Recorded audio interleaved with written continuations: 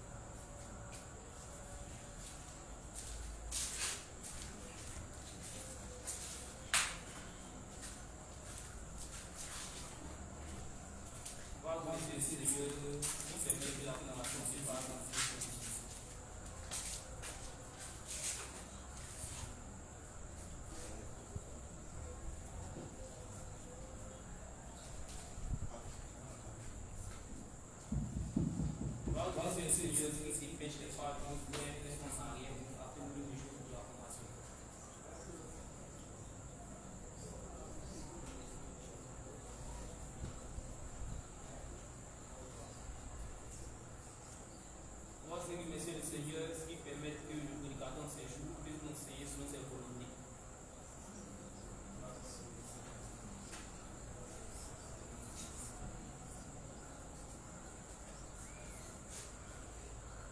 Selon que nous avons prié.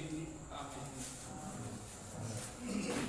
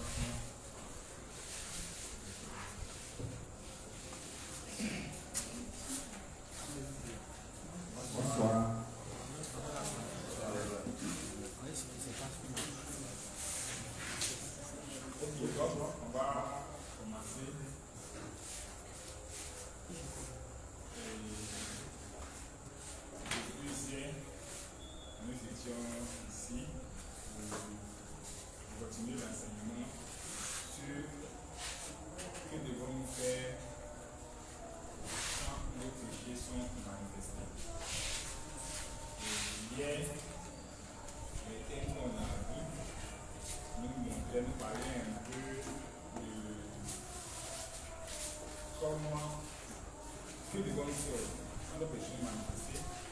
Et que devons-nous d'abord savoir?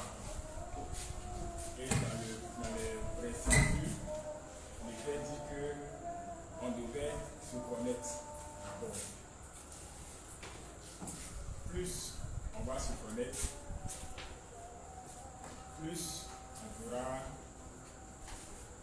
s'identifier, on pourra avoir l'amour de Dieu dans nos cœurs, on pourra aussi se supporter et on pourra aussi vivre sans toutefois compromettre notre vie de foi. Voilà. Donc nous devons apprendre à se connaître parce que les deux principes tiennent dans les principes qu'on a vus à essayer de nous expliquer. Et dans ces différents tests, le révérend disait comme cela que si nous n'arrivons pas à se connaître, nous ne pouvons pas vivre une vie de foi correcte. Si on se connaît, si on parvient à se connaître, on pourra mieux s'appuyer sur la grâce de Dieu, sur l'évangile, pour pouvoir avancer, pour pouvoir vivre une vie de foi correcte. Dans le cas contraire, on sera considéré comme des religieux. Voilà. Une personne qui ne se connaît pas, il pense qu'il mérite toutes choses. Il mérite la grâce de Dieu, il mérite toute bénédiction qui lui parvienne. Et pour lui, tout ce qu'il fait est un mérite. Et ces types de personnes ne pourront jamais durer dans l'église de Dieu, ne pourront jamais persévérer dans l'église de Dieu. Et en fin de compte, ils finiront par quitter l'église. Pourquoi? Parce qu'ils n'arriveront pas à supporter les autres. Et lorsque le Seigneur va se révéler véritablement, ça va les amener à quitter l'église. Parce que pour eux, ils sont les supermen, les super pauvres. Ils ne peuvent pas avoir des défauts puisque tout ce qu'ils font, ils méritent. Et quand les faiblesses sont manifestées, ils seront pratiquement abasourdis et finiront par quitter l'église. Donc, dans le texte, dans les textes que nous avons vus, le texte dit que nous devons se connaître réellement. Et pour se connaître, c'est faire quoi? C'est se concentrer sur soi-même. Quand on se analyse, où on pèse de ses actions sur notre vie de foi, sur la vie de l'Église, sur la vie des uns et des autres, des frères et sœurs, sur notre entourage. Quand on perd toutes ces conséquences, on pourra déterminer si l'action posée est bonne ou mauvaise. Et c'est ce que la Bible dit, que ta liberté ne soit pas une occasion de chute pour ton prochain. Certes, Jésus a déjà résolu tout le problème du péché. Alors pourquoi devons renoncer à nous? Pourquoi devons vivre une vie vertueuse? Pourquoi devons vivre en veillant sur notre conduite? Alors pourquoi devons-nous vivre en veillant sur notre conduite? Pécherons-nous en fait que la grâce de Dieu sera bonne? L'apôtre Paul dit que loin de là. Mais nous qui sommes sauvés, est-ce que nous aurons à manifester le péché? Non, nous sommes devenus esclaves de Jésus-Christ. Mais pour quel but devons-nous faire toutes ces choses? Nous devons savoir avant de s'y engager. Si on ne sait pas, quand on va le faire avec beaucoup d'amertume ou peu, avec, comment on appelle ça, comme un fardeau, comme un corvée.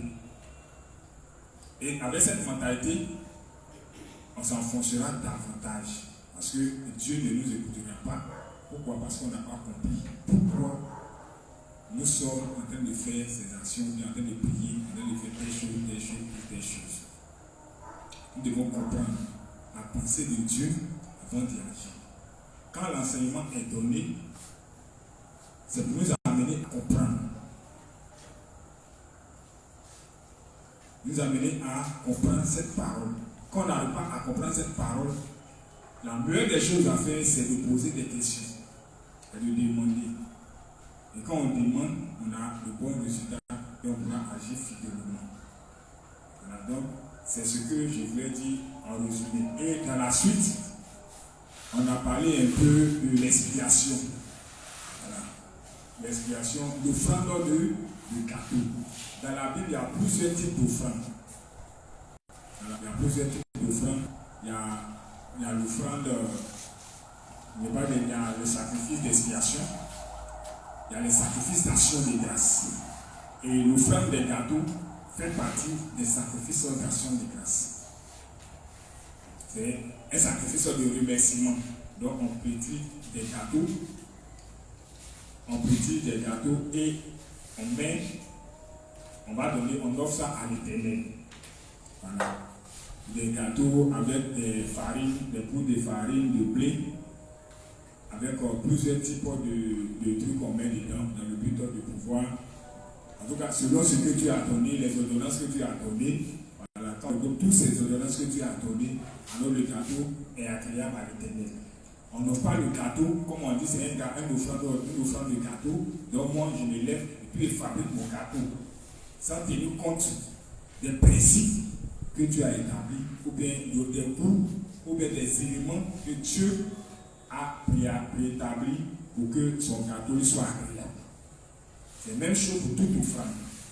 Il sera agréable à l'Éternel. Il donne les différentes conditions de comment devons faire ces différentes offrandes. Donc, par exemple, pour l'offrande de sacrifice d'expiation, on dit d'envoyer un agneau sans défaut. mâle ou femelle, sans défaut.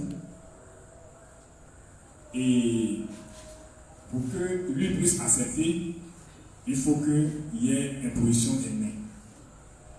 Si une personne vient faire une offrande, il envoie un mâle sans défaut, sans tache, sans défaut, et puis il n'impose pas les mains et qu'il tue pour donner à l'Éternel, cela ne sera pas agréé par Dieu. Pourquoi? Parce que c'est pas ce qu'il a demandé qu'on fasse. Donc, on doit comprendre le pourquoi, les raisons et les ingrédients qu'il faut pour que ces gâteaux-là lui soient agréables.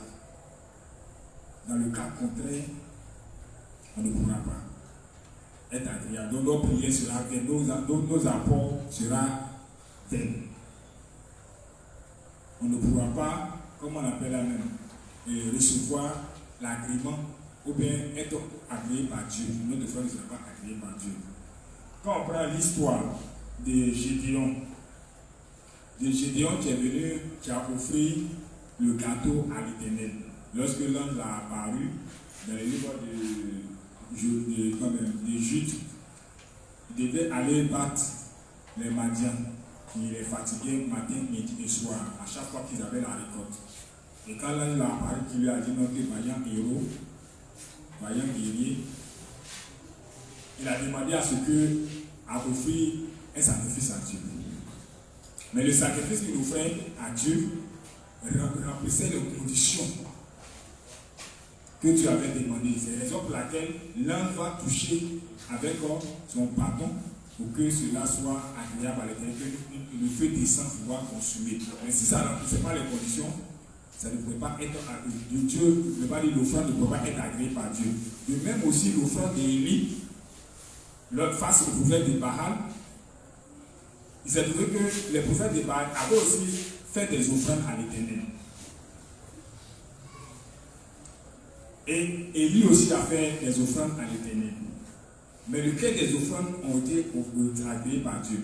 Les premiers, c'est les mêmes animaux. Ils ont tué des taureaux. Le deuxième, lui aussi, il a tué des taureaux. Mais la différence est faite au niveau des détails. Élie connaissait les détails des offrandes qu'on offrait à l'Éternel. Les faux prophètes ne connaissaient pas les détails de l'offrande qu'on offrait, de l'offrande agréée par Dieu. Et pour eux, c'est un sacrifice, il faut tuer un animal, et puis c'est fini. Ce qui est sûr, Dieu même va se débrouiller pour prendre. Alors que Élie, connaissant les détails des sacrifices d'expiation et tout ce qu'il renfermait, a fait quoi? A ajouté l'élément qui manquait au sacrifice des faux prophètes. Et automatiquement, Dieu a répondu à accepter son offrande. Donc, nous pouvons faire des sacrifices d'expiation. Je ne vais pas dire nous pouvons offrir des gâteaux, des offrandes, des gâteaux. Nous tous, on peut faire fabriquer des gâteaux, on peut prier, on peut faire tout. Mais lequel de nos prières, de nos offrandes seront agréées par Dieu? C'est quand on connaîtra les détails de tous ces éléments. Donc si on ne sait pas, et qu'on dit bon, on doit faire l'expiation, on se lève pour faire l'expiation, parce qu'il faut faire l'expiation, comme le font nos frères qui sont à côté, et que de manière légaliste, avec une pensée pensant que si je ne le fais pas, ou bien c'est quand il va faire cela que Dieu va venir enlever mes péchés. En ce moment précis, tu n'as pas encore pu enlever. Mais pour toi, c'est quand tu vas finir de faire cette offrande-là que Dieu va descendre comme tu as fait, je vais te donner. Ou bien quand tu as demandé pardon à Dieu, par exemple, une manière de pouvoir te demander pardon à Dieu. Or, ce n'est pas le cas. C'est une action de grâce.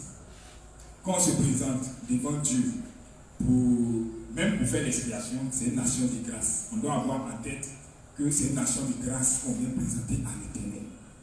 Mais toutefois, reconnaissant que nous sommes mauvais, et on lui rend grâce de ce que il ne tient pas compte de nos péchés, de nos faiblesses, de cela, il les a déjà lavés une fois pour toutes. Il y a de cela 2000 ans. Donc on lui est agréé, c'est ça qu'on appelle les actions de grâce. Donc nous, en réalité, nous n'avons plus à faire les offrandes d'expiation, mais sur les offrandes d'action de grâce. À chaque fois qu'on se présente devant Dieu, c'est une être reconnaissant. Et on va voir toutes ces actions de grâce avec le peuple d'Israël. Lorsque il devait soit demander quelque chose à Dieu, et on avait lu ça dans le livre de Romains chapitre 8, le verset 32, voilà. Lorsqu'il devait demander quelque chose à Dieu, il lui rappelait toujours quoi? Le fait que Dieu a été fidèle pour eux, les a délivrés de la main de l'Égypte lorsqu'ils étaient esclaves, étant là-bas même là. Et même pour ce même pas Dieu. Peut-être c'est quelques individus qui avaient la connaissance de Dieu et qui invoquaient Dieu. Mais Dieu s'est chargé de sauver toute l'humanité. Donc de sauver tout Israël. Donc à chaque fois qu'elle doit faire quelque chose, qu'elle doit demander, même si elle doit revenir à terre quand il faudrait, il rappelait à Dieu sa promesse. Il rappelait à Dieu la promesse qu'il a faite et son accomplissement. On va dire de Daniel, lorsqu'il s'était rappelé de la promesse de Dieu. Dans le livre de Daniel même, Daniel chapitre 9, qu'elle a découvert la promesse que Dieu lui avait faite. Qu'est-ce qu'il a fait? Il a prié. Qu'elle a prié. L'ange est venu lui dire que, avant même que sa prière ne sorte, il était déjà exaucé. Et qu'à cause du fait que lui, il a fait la découverte de cette promesse, et que c'est mis à jeûner, Dieu l'avait déjà fait quoi? Exaucé. Pourquoi? Parce qu'il répondait aux critères de Dieu. Dieu veut que chacun se rappelle des bienfaits ou des promesses qu'il a faites ou des bienfaits qu'il nous a donnés. C'est la raison pour laquelle on présente à Dieu, à chaque fois qu'on se présente devant lui, on lui rappelle notre infinité, notre faiblesse, notre limite et ce que nous continuerons à faire. Et ce qu'on a fait et ce qu'on va faire dans le futur. Même si ce n'est pas encore arrivé, on peut lui présenter cela.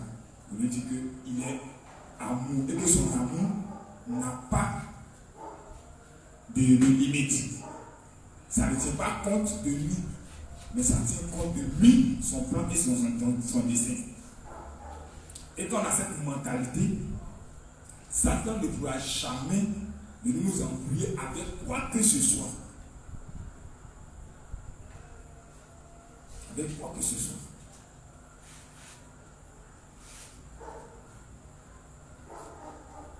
C'est pas ce que les autres bien comprendre. Quand on a cette mentalité, Satan ne pourra pas nous embrouiller. Et quand on va se présenter devant Dieu pour comment on appelle la même, pour faire nos confessions, pour faire notre explication, c'est avec comme connaissance de cause. C'est pour être reconnaissant à Dieu. Tout simplement.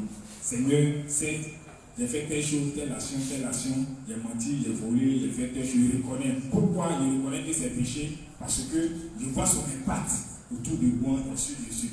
La seule chose qu'on va demander à faire, bien, on va chercher à comprendre ou bien dans le texte, ce principe-là, donc on va dire, le grand titre nous explique que devons-nous faire quand nos péchés sont manifestés. Est-ce qu'on doit aller faire une prière de repentance? Que devons-nous faire concrètement? C'est ce qu'on doit savoir.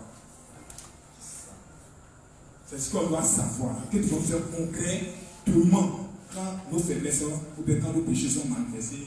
Bon, je peux appeler péché, je peux appeler faiblesse, mais que devons-nous faire quand nous voyons nos nudités se manifester?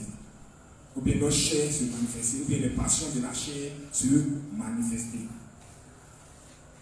Est-ce mauvais que les désirs de la chair se manifestent? Pour Dieu, je vous ai dit ici que c'est pas mauvais. C'est normal même que nos faiblesses soient manifestées. C'est normal qu'on soit très très faible. Mais pourquoi c'est normal qu'on soit faible? Et puis pourquoi Dieu va nous condamner? Parce que c'est normal que nos faiblesses soient manifestées. Dieu nous condamne parce que on ne reconnaît pas quand nos faiblesses sont manifestées. On n'appelle pas sa faiblesse, on se dit que c'est normal pour nous. Et puis on s'en fout. Pour nous, on mérite la grâce de Dieu. Et on fait des efforts. Quand on fait des efforts, on présente notre... Quand on fait, par exemple, on a réussi peut-être à renoncer à quelque chose, pour nous, c'est à cause de cela que Dieu nous aime. Et si on pense que c'est parce que on mérite, par exemple, on a reçu nos renoncements, parce que c'est ce que d'autres pensaient, il y a reçu mon renoncement en soi. Alors que le renoncement en soi, c'est chaque jour. Et c'est ce que le révérend a présenté dans le livre 36 avec l'histoire de l'oignon. Il a pris l'exemple de l'oignon. Il dit que c'est chaque jour qu'on en est. Quand tu dépluches l'oignon, tu enlèves la première peau, la première couche, tu couvres une couche un peu violette. Au fur et à mesure, tu as trouvé une couche qui est de quelle couleur? De verte, pardon, jaune. Il n'est pas de blanche. Les milieux qui vont suivre, quand l'air va taper, ça va se faner. C'est-à-dire quoi? Quand tu as reçu ton renoncement aujourd'hui, demain, le même péché ne peut la même manifestation peut se présenter. Ça veut dire quoi? Par exemple, si c'est la colère et que tu as pu renoncer à la colère aujourd'hui, tu as renoncé à cette colère aujourd'hui, c'est pas dire que demain tu as pu te mettre en colère. Tu as reçu ton renoncement. Pourquoi? Parce que tu as jugé bon de ne pas faire quoi? De ne pas faire plaisir à Satan et de faire plaisir à Dieu en mesurant les conséquences des actions et son impact sur la vie de l'Église, sur ta vie de foi, sur le nom de Jésus-Christ, mais pas le nom de ton Dieu. Que ton nom soit sanctifié. Est-ce que mon action qui me vient poser sanctifie le nom de mon Dieu? Est-ce que les gens ne vont pas utiliser cela comme une occasion dans le but de dénigrer l'Éternel? Donc, quand il peut être ces choses, il résiste et j'abandonne. On dit quoi? Il a renoncé à moi. Dans la suite, il peut arriver un jour où je ne peux pas résister à cette colère, il peut manifester cette colère. Mais Dieu ne va pas dire non, comme tu as manifesté cette colère, à ce moment précis, tu n'es plus mon enfant. Donc tu es devant moi, tu ne fais plus partie de mes enfants. Non. Mais la seule chose qui va nous enfoncer, c'est quoi? C'est que nous, on va se dire quoi? On va se dire que soit Dieu nous a abandonnés, ou bien Dieu ne nous aime plus parce que on a manifesté peut-être la colère. Et au lieu de demander, de rendre grâce à Dieu de ce que nos faiblesses sont manifestées, qu'à partir de là, on peut s'appuyer sur lui pour pouvoir avancer, on va vouloir faire quoi? On va vouloir faire une prière de repentance, mais cette fois-ci, de façon masquée, en utilisant la confession de foi. Et la personne va se dire que si je n'ai pas fait cette confession de foi, en tout cas, Dieu ne peut pas m'écouter. C'est là que devient mauvais. Parce que tu ne reconnais pas que tu es un être fait pour toi. Là. Tu ne dois pas poser ces différents actes. Pour toi, ces actions-là, ça ne doit pas venir de toi. Toi, tu es un corps glorieux où le péché n'a pas le droit de se manifester. Alors que Dieu nous l'a fait exprès, il nous dit qu'il a condamné le péché dans la chair. Pour quelle raison? Pour tout simplement que nous nous appuyons toujours sur lui.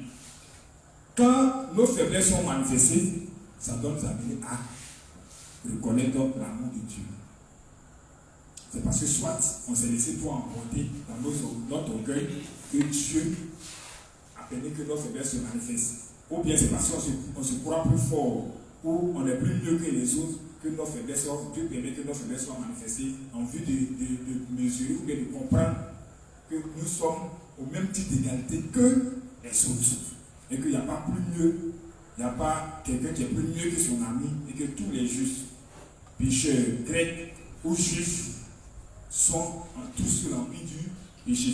Une chair de péché. Et ce péché va se manifester, tant qu'ils sont dans la chair, ça va se manifester jusqu'à ce qu'ils quittent la terre. Et dans les principes, parlant de rêve, le Bible nous dit même en rêve, on pêche. Donc, dans ton rêve, tu pêches. Si dans le rêve, on pêche. C'est que tous les jours, on pêche. Mais est-ce que Dieu nous juge parce qu'on pêche? Dieu nous juge parce qu'on ne reconnaît pas qu'on pêche. On ne reconnaît pas nos faiblesses, on n'appelle pas mal ce qui est mal. On n'appelle pas bien ce qui est bien. On ne dit c'est pas cela, on confond tout. Et puis on pense qu'on mérite sa grâce. C'est ce qui est improbable. On va commencer, on va continuer dans l'explication. On va voir ce que le gars va dire et on va essayer d'expliquer encore et encore. Livre 62, page 232, paragraphe 1. Nécessité pour les saints de confesser leurs défauts et confesser leur foi. Donc c'est une nécessité pour nous de faire quoi? De confesser nos défauts et faire quoi? Et confesser leur foi. Et c'est pas si on se comprend. On confesse nos défauts et puis on confesse notre foi. Dieu a dit quoi ici? Il a dit que dans l'expiation, c'est la confession de quoi? Des péchés, puis la confession de foi. Donc, je dis à Dieu que péché, l'acte est posé là, c'est mauvais. Pourquoi c'est mauvais? Pourquoi il doit savoir que c'est mauvais? Quelles sont les conditions? Quels sont les éléments qui vont me montrer que l'action qui est posée est mauvaise?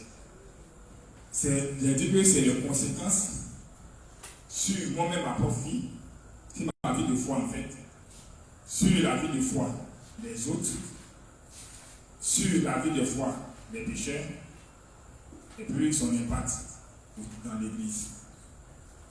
Quand on prend dans Actes 1 Corinthiens chapitre 5, voilà, 1 Corinthiens chapitre 5, pourquoi l'apôtre Paul intervient dans le comportement du saint qui a pris son papa, qui a pris la femme de son papa?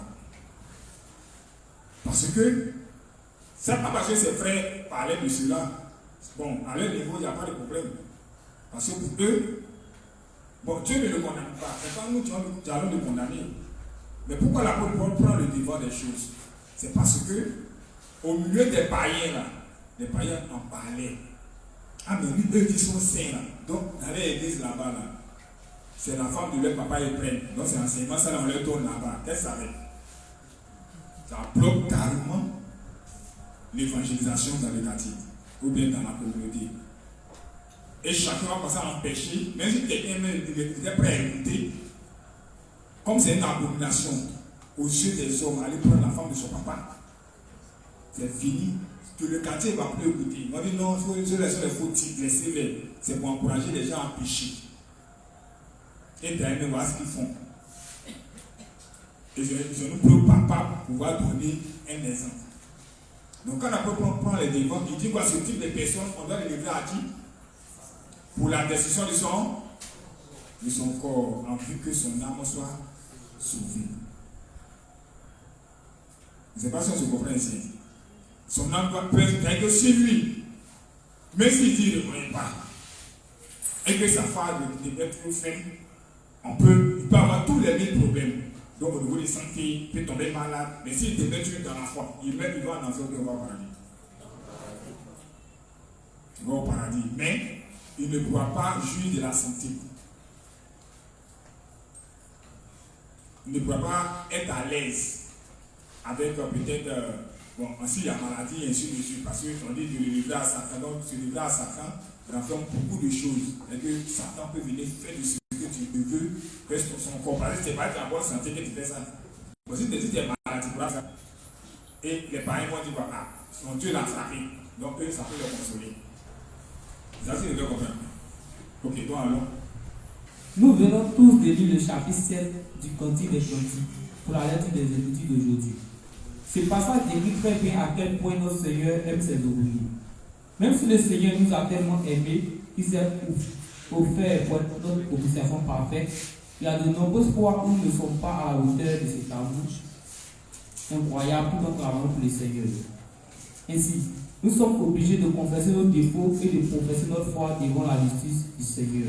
Donc il dit que Dieu nous a manifesté tellement son amour que il y a des fois, lorsqu'on vit par la foi, où on marche dans la foi de l'Éternel, n'est pas dans la foi, par la foi, et qu'on fait son œuvre, il arrive de fois que nous ne sommes pas à la hauteur de cet amour-là. Ça veut dire quoi? Ça veut dire qu'il arrive des fois où on se laisse emporter par la chair. Et dans l'un des livres du révérend, il a donné l'exemple d'un chien qui suivait son maître. Le chien, il mange bien à la maison. Mais lui, un jour, lui et son maître vont aller se promener. Et si le maître ne l'a pas attrapé, et que le maître le laisse le suivre, au fur et à mesure qu'ils avancent, le chien peut aller dans la poubelle, manger les choses de la poubelle. Il peut perdre le maître de vue. Le maître va avancer et des minutes après, il va suivre le maître. Et c'est comme ça que nous, les justes, nous suivons. Mais quel que soit l'amour qu'on a, que nous donne, de temps à autre, on se rabat dans le monde. On va chercher des choses du monde. On va aimer les choses du monde, les trésors du monde, ainsi de suite.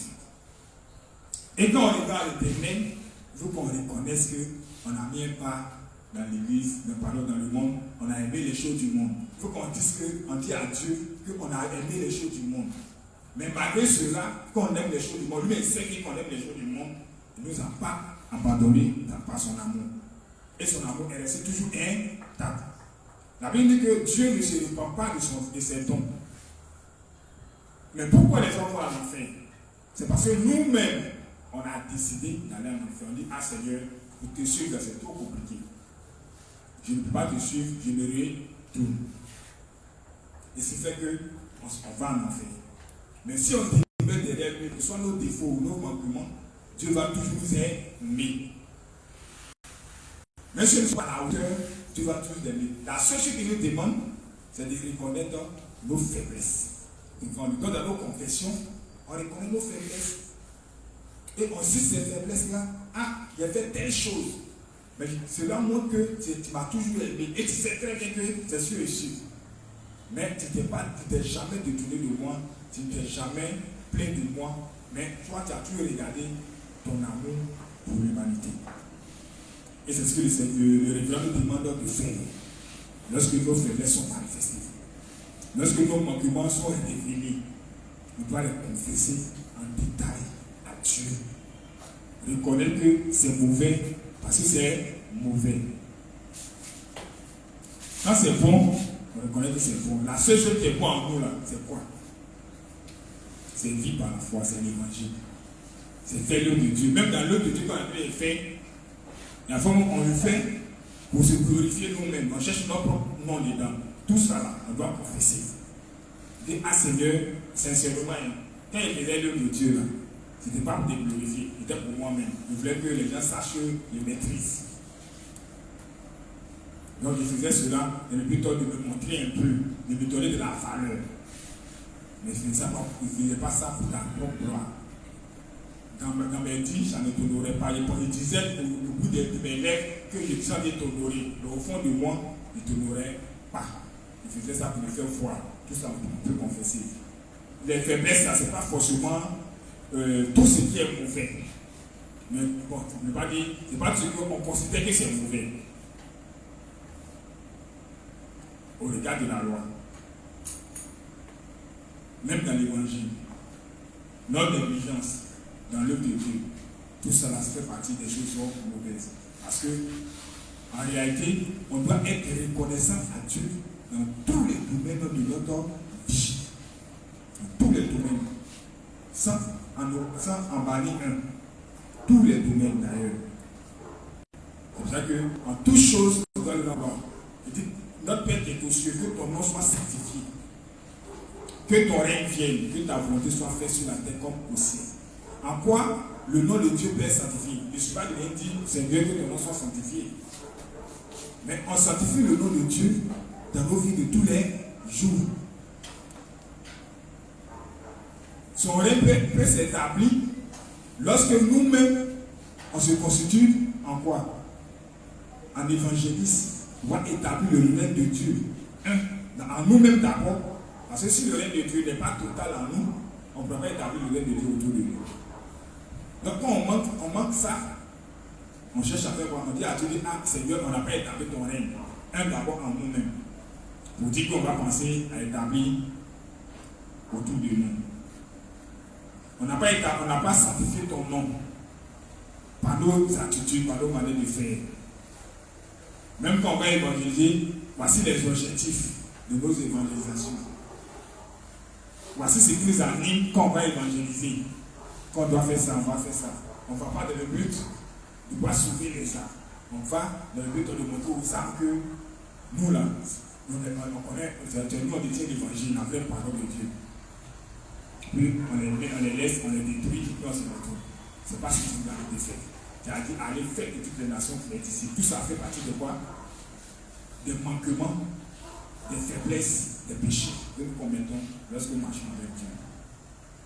Et c'est ce que le révérend nous dit, de reconnaître, et puis de dire ça à Dieu, de confesser ça à Dieu chaque jour. Et comment c'est fait? C'est pas, on n'attend pas à ce que ça soit accumulé comme d'autres font ça en favor.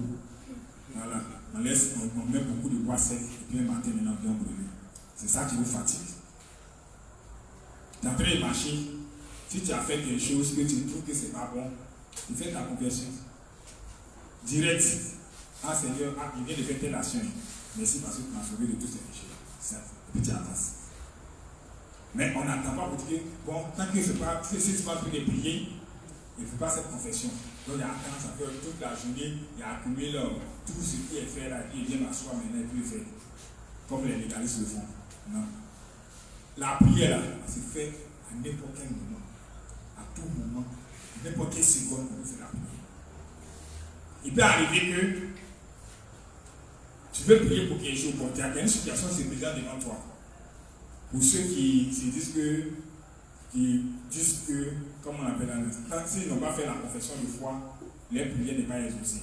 On suppose qu'il y a en face d'une situation nette. Tu vas faire confession de foi. Ne pas dire, si confession de foi, on peut faire tous les jours. Tu vas faire ton expiation d'abord. Et tu vas commencer par l'expiation de qui? Pour toi, tu as fait pour tes frères, tu as fait pour combien de personnes là? Pour l'église, et puis tu vas faire pour les pécheurs. Et puis après, maintenant, tu as fait ta prière, enseigner les biens. Alors que tu as fait dans l'immédiat, c'est bon.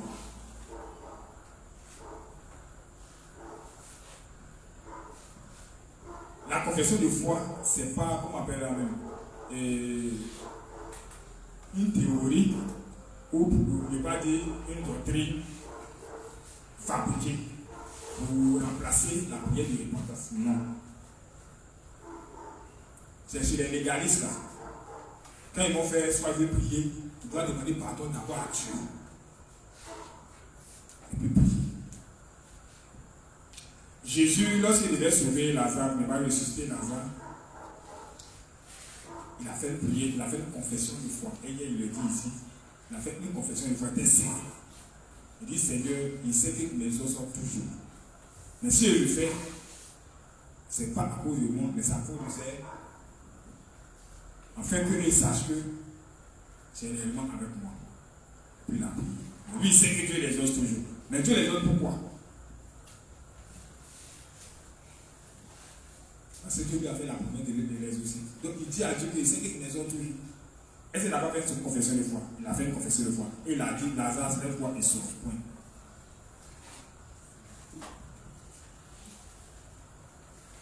Mais il pourrait dire non, ok, j'ai fait l'expiation d'abord de toute l'humanité, d'abord de l'humanité. Il pourrait donner l'exemple à clair.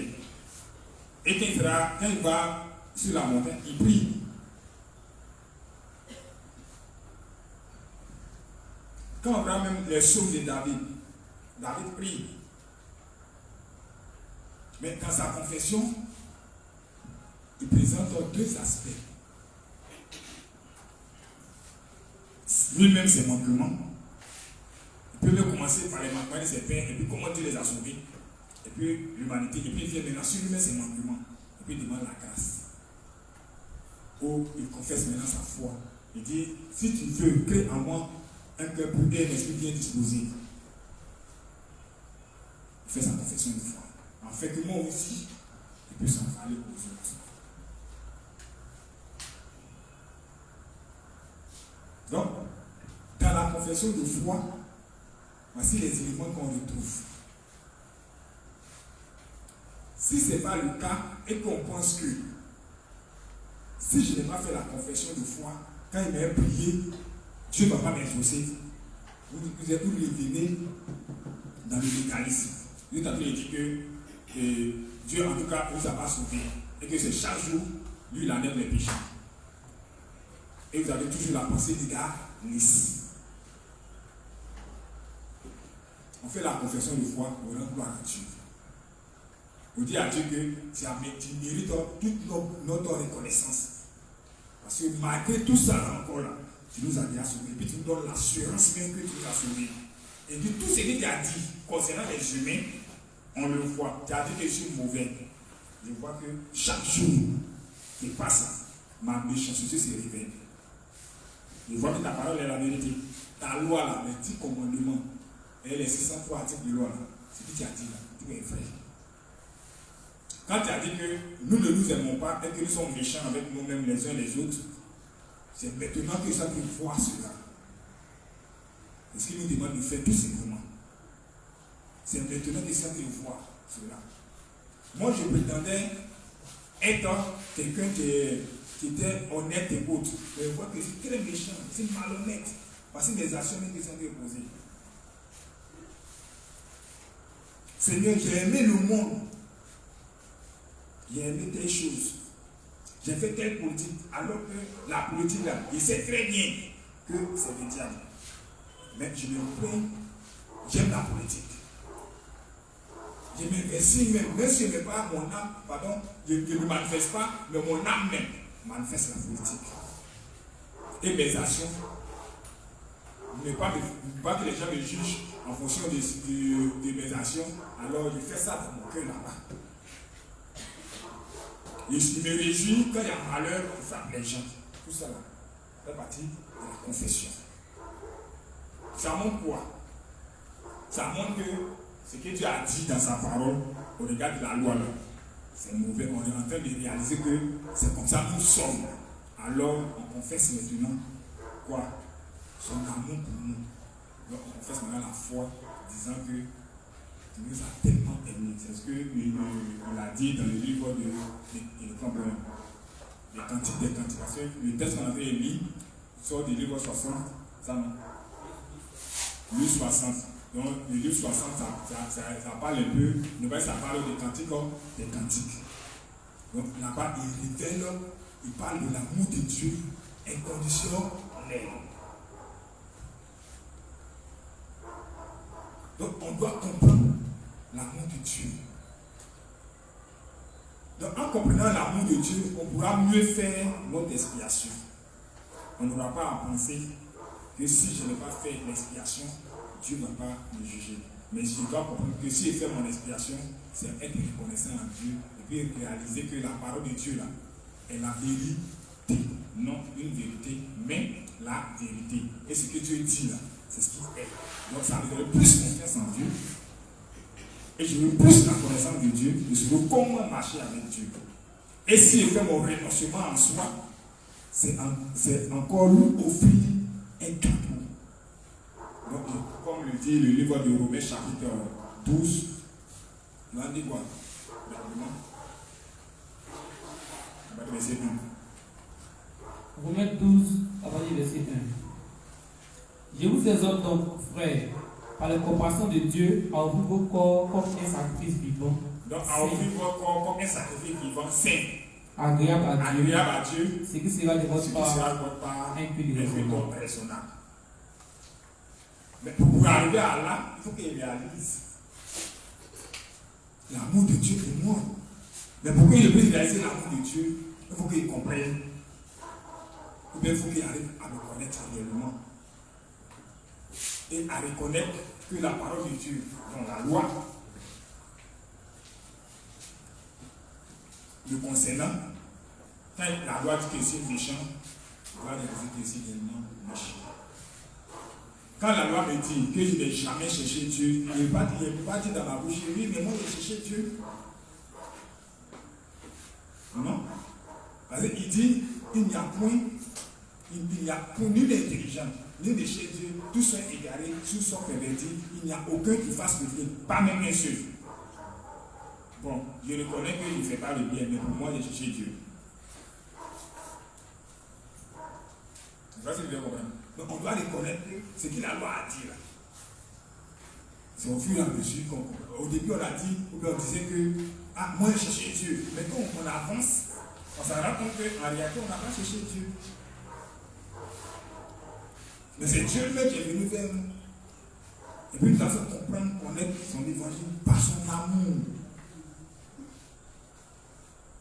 De la même manière qu'il a dit à Osée, va prendre Goubin qui elle était une prostituée. Ainsi, nous aussi, nous étions des prostituées. Et puis, il est venu nous prendre comme épouses. Vous faites de nous des saints. Et nous a revêtus d'habits royaux. Il a fait de nous ses princesses, ses épouses. Il nous a lavé, nous a pris de la poussière, nous a fait asseoir parmi les grands. Il nous a donné un nom.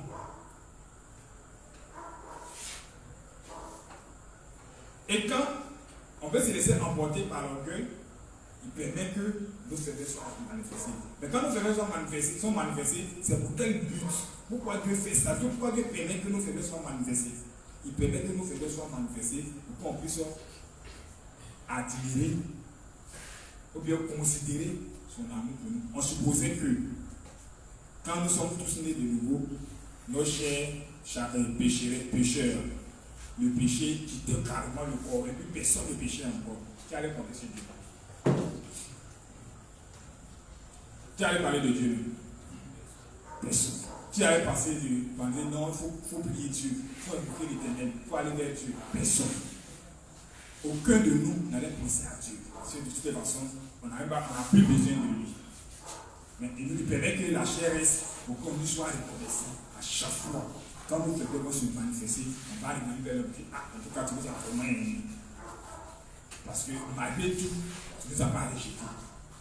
Malgré nos faiblesses, malgré nos manquements, tu es toujours avec nous. Même tu nous exauces même, malgré nos manquements. Si Dieu devait regarder réellement, comme toi tu as renoncé réellement en toi là, il y a des océans. Qui a reçu son renoncement à 100% et Dieu l'a fait, que lui ou les là, il n'a plus de défaut. Et quand on parle de renoncement, moi je suppose que quand quelqu'un dit qu'il a reçu son renoncement en soi, avec lui il explique. Il a réussi peut-être à renoncer au mensonge. Et que matin jusqu'à ce qu'il quitte la terre, il n'est plus menti. Qui a fait ça? Qui a reçu? Alors qu'est-ce qui signifie qu'il a reçu mon renoncement? On appelle ça abus d'engagement. Chaque jour là, les mêmes faiblesses se manifestent. Donc on me dit bien que si on doit regarder, non, c'est parce qu'il a reçu mon renoncement en soi que Dieu m'a béni. Tu as dit quoi? Tu as dit que toi tu mérites nous de ça. C'est-à-dire que si Dieu s'est trompé, il ne va pas te bénir. Et toi tu as reçu ton renoncement en soi, c'est une révolte. C'est pas ça. Moi, c'est comme ça que je comprends la chose. C'est pas si c'est comme ça que vous comprenez. C'est comme ça que je comprends la chose. Donc, ça veut dire tout simplement qu'on ne mérite rien venant de Dieu. Même quand on réussit le renoncement à soi, là, on ne pas dire quand il arrive à renoncer à moi pour un temps ou bien pendant un bon moment, c'est parce que Dieu m'a donné la possibilité de le faire. Donc, tout dépend de Dieu. C'est parce que je me suis attaché à Dieu que je ne suis pas venu à renoncer à moi. Donc, si elle renonçait à moi, il ne devait pas taper ma poitrine. Je dois dire merci à Dieu.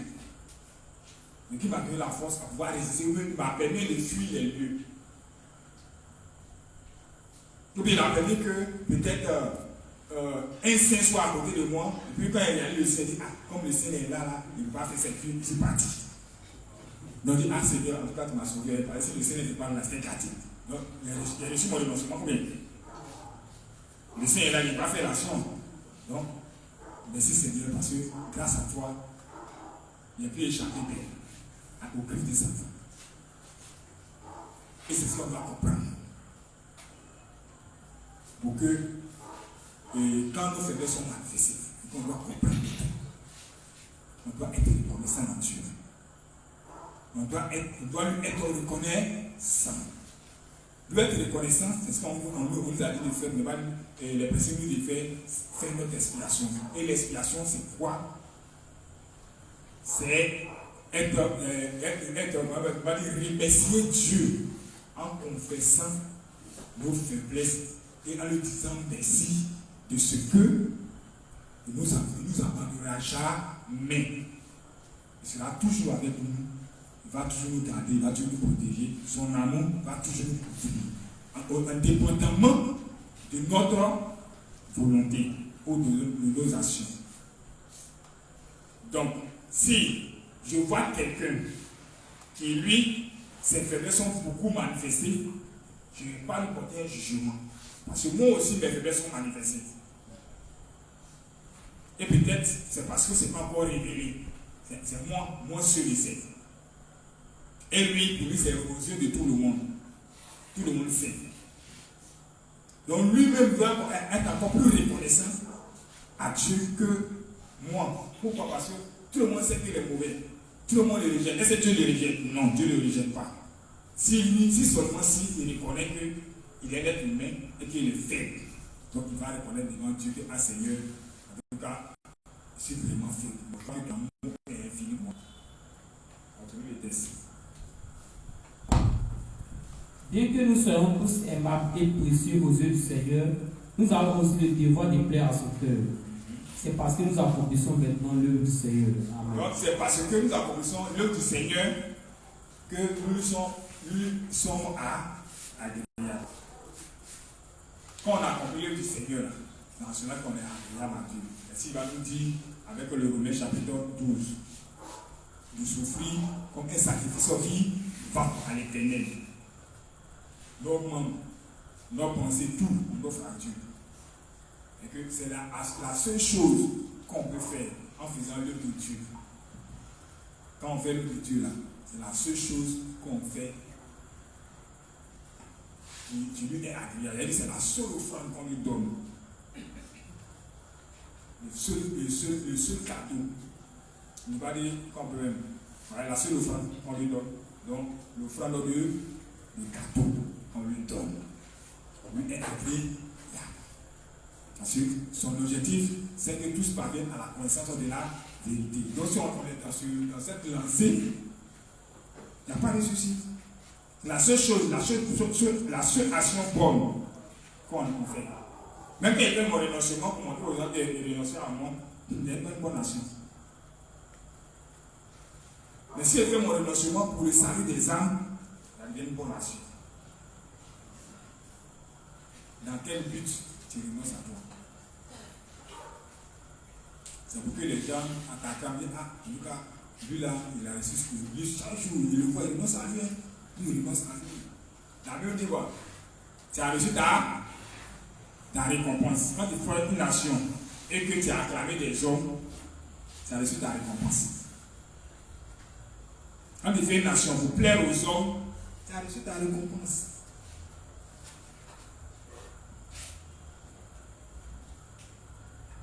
Continue.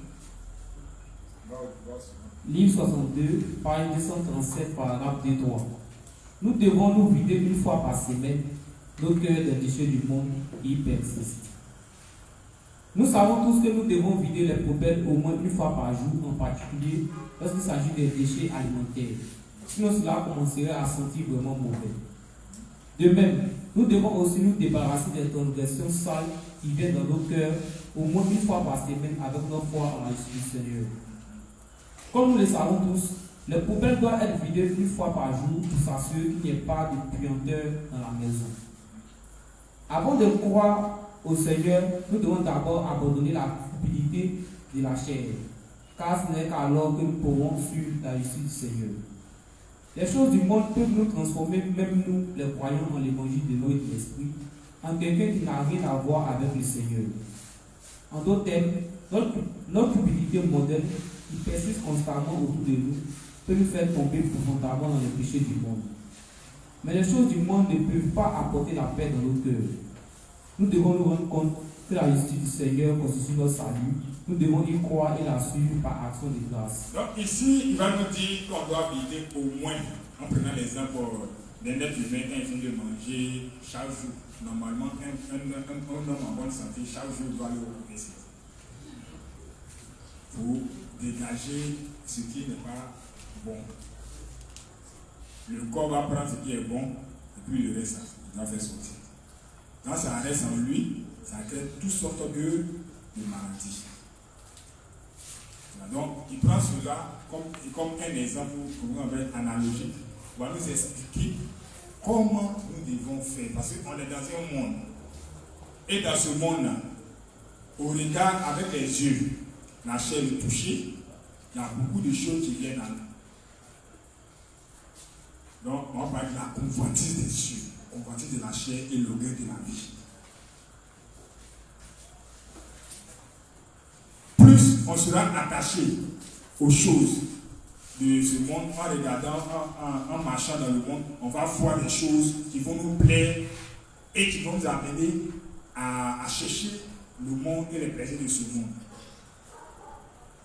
Et c'est ces choses-là que le Seigneur nous dit, nous dit qu'on doit se débarrasser de cela. Si possible, même chaque jour. Chaque jour, on doit se débarrasser. On doit reconnaître que ces choses-là, c'est du monde. Et que ces choses du monde-là, on a aimé, eux, on continue d'aimer, on va toujours aimer. Devant Dieu. On doit se débarrasser de ça. Chaque jour que Dieu fait. Donc, l'orgueil de la vie, la convoitise de la chair, la convoitise des yeux. L'orgueil de la vie, c'est devenu puissant. Et il y a une fois, on marche, on dit, le jour qu'il y a avoir l'argent. Donc, quand tu auras l'argent, tu as fait quoi avec? Or, normalement, quand juste à l'argent, c'est peut-être but.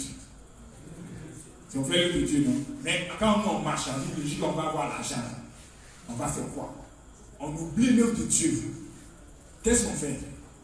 On a déjà construit nos maisons, on a payé les belles voitures, on cherche les voitures même dernier prix. Et moi, il y a toujours dit que si je dois payer une voiture là, ça sort de l'usine, il y a encore frappé dessus.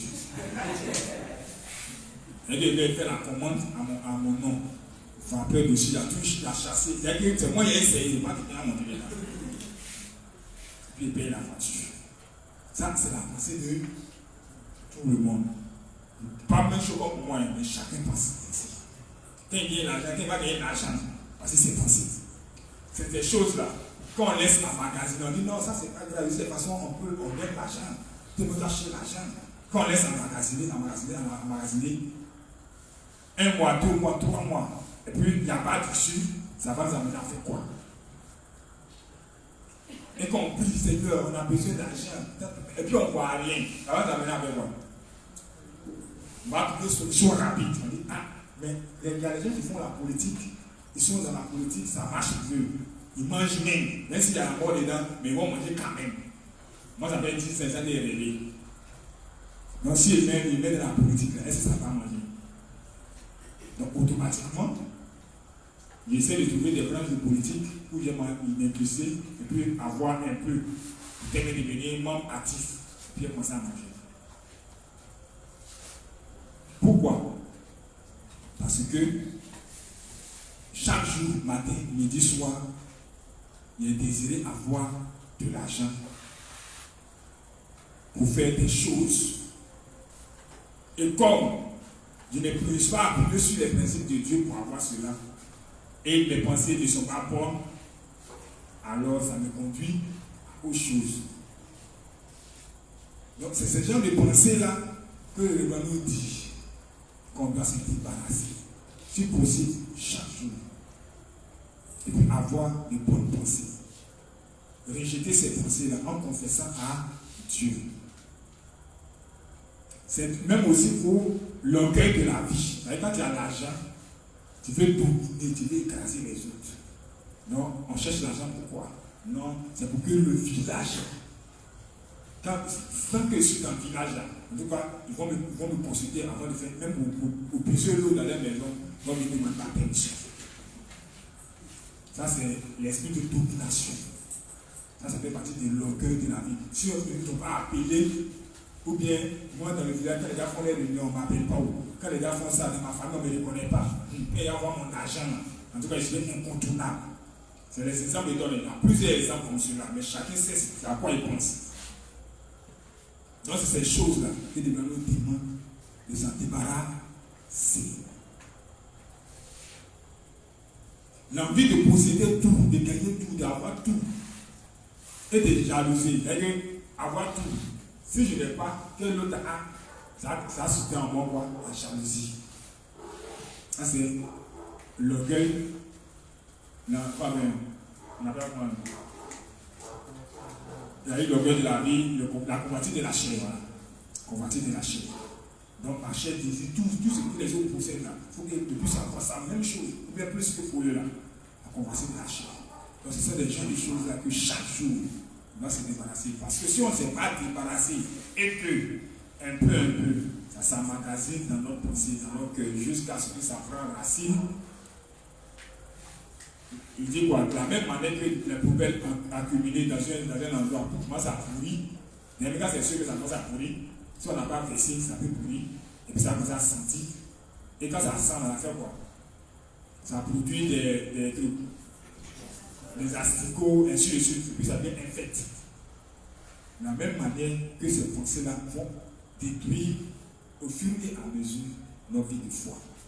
Et ça va nous amener soit à quitter l'église, parce que nos désirs là, on ne va pas trouver son résultat dans l'église. Donc on va trouver ça ailleurs. C'est la même chose que Jésus, Satan a montré à Jésus-Christ. Il dit, prosterne-toi. Tu veux quoi? On veut posséder tous les richesses du monde là, tous les richesses du monde. Tu as ça, tu es à l'aise. Tu es au roi de ce monde là, tu es à l'aise. On m'a donné ça. Il lui a montré toute la gloire les richesses de ce monde et leur gloire. Je sais quoi en Jésus. Donc c'est ce qui nous montre chaque jour. Quand tu es enfant de Dieu là, tu vois, tu peux avoir ça là. Seulement si tu m'adores. Et on emmagasine, jusqu'à on ne se dit pas que c'est pas bon. Est-ce que ça c'est bon? Est-ce que ça vient de Dieu? Du moment où ça contribue à notre bonheur, nous on apprend. On prend seulement, on emmagasine dans nos pensées. C'est ces pensées-là que le regard nous demande de se débarrasser chaque jour, chaque matin, chaque soir et même chaque semaine. Si tu n'as pas le temps de t'en débarrasser chaque jour, là, au moins chaque semaine, tu peux t'en débarrasser. Reconnaître que toute la semaine, là, tu as pensé à posséder de l'argent. Et puis, tu as pris des plans, des projets, des plans en fonction. Mais c'est mauvais. Donc, quand tu reconnais que c'est mauvais, alors tu peux te débarrasser de ça. Donc, tu peux renoncer à cela en confessant et reconnaître que c'est mauvais. Tu vas demander de l'aide à Dieu. Tu peux renoncer à ces pensées-là, à ces projets-là, chaque jour, chaque minute, chaque an. Mais pas chaque mois, mais pas chaque semaine, comme l'a dit d'ailleurs. Et pour ceux qui sont que faire ça chaque jour, quand ça vient, le soir, il y a dans la maison, ces choses, on les voit. Hein. Et quand tu es fermé dans la maison, qu'il n'y a pas de télé devant toi, bon, ça ne te dit rien. Et puis tu dis non, moi, affaire d'argent là, ça ne me dit rien. Mais il faut aller voir un de tes amis, le taureau de la classe, le dernier des classes. Tu le croises dans une grande voiture. Et puis c'est lui qui t'appelle. On dit quoi? Charles-Marie, ça va? Tu as pris les marchés, ton pied est rempli de poussière. Et puis tu le vois. Il descend sa vie, tu ne le reconnais pas, mais il dit aïe, quand tu ne le reconnais pas quoi. Et puis il te décrit, et puis il dit là-haut, et puis il donne son nom maintenant. Quand tu te rappelles de ça, tu as fait un retour en arrière. C'est le début de classe. On dit quoi? Il va te demander maintenant, toi, qu'est-ce que tu deviens? Tu ne peux pas parler. Quand tu as bossé, pour avoir, tu as bossé, tu étais peigné, tu étais parmi les meilleurs élèves, c'était ta fierté. Mais lui, il a l'argent, la voiture. Et puis il dit non, lui, les chefs d'entreprise, lui, il a sa suite, ou les chefs d'entreprise. Que actuellement il a pris le conseil, il est parti voir un de ses terrains, il n'est pas là-bas, il a pris le conseil, il n'est pas d'autre. Et il s'en va à la maison, donc la visiter ses chantiers, il s'en va. Bon. Quand tout se dit, quand il va finir par aller, quand il va partir, tout le bien s'est passé maintenant. Il t'a injecté une pensée. Et Satan à bien utiliser cette pensée-là pour bien t'écrire. Maintenant, tu es en train de marcher, tu dis, hey, le monde est injuste. Il y a le dernier de la classe. Et ça doit nous tu vois, non? Ton Dieu ne t'aime pas. S'il t'aimait là, tu t'aimes parmi les meilleurs élèves. Mais pourquoi lui qui t'aime parmi les meilleurs élèves, les derniers de la classe, tu dis là, là c'est la cité. Et puis toi, tu imagines maintenant ces maisons. Tu veux posséder ça aussi. Est-ce que c'est sûr? Et c'est comme cela qu'on emmagasine des choses. Il y a d'autres, c'est mariage. Non, comme c'est plus joli, ils envoient l'hôtel est plein. Invité, tu ne peux pas aller là-bas. Parce qu'à l'hôtel, tu vois ce qui se passe là. Donc toi, maintenant, tu es chez toi, et tu as un appétit feu. Parce que tu veux être à sa place. Et Satan maintenant, c'est là tout lui. C'est ce que les gens nous demandent de se débarrasser, de s'en débarrasser jour après jour. Parce que quand si on laisse emmagasiner, imagine ça c'est lui, demain c'est un autre encore. Tu as au moins 20 personnes, 10 personnes qui ont croisé, 2, 3, 4 que tu as croisé, ils vont te dire ces gens, ou bien des choses que tu vas voir de tes yeux. Même si ce n'est pas dans la même classe, dans le quartier, les gens que tu connaissais, c'est très têtus. Et puis tu les croises. Et puis ils sont bien placés. Et puis toi tu étais poli, tout le quartier te respectait là. Toi tu es là, alors qu'on t'a béni. Dans le quartier, on dit, ah, tout le c'est un enfant qui est béni. Mais moi, ils ont monté là, il est bien assis. Quand tu es béni, tu n'as rien. Tu vas penser à du travail. Oui.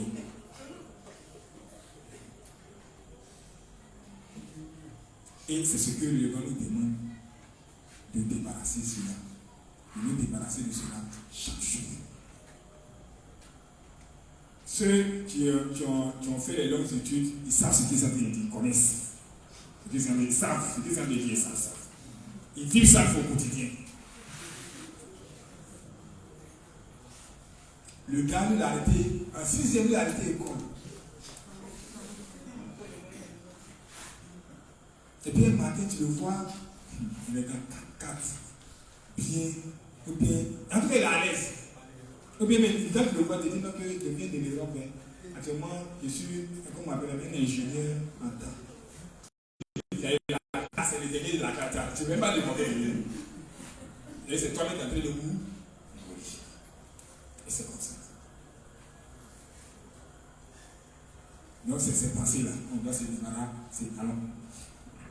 Livre 62, page 141, paragraphe 1, 2, 3. Enlevez les coris de nos cœurs pour ne pas périr.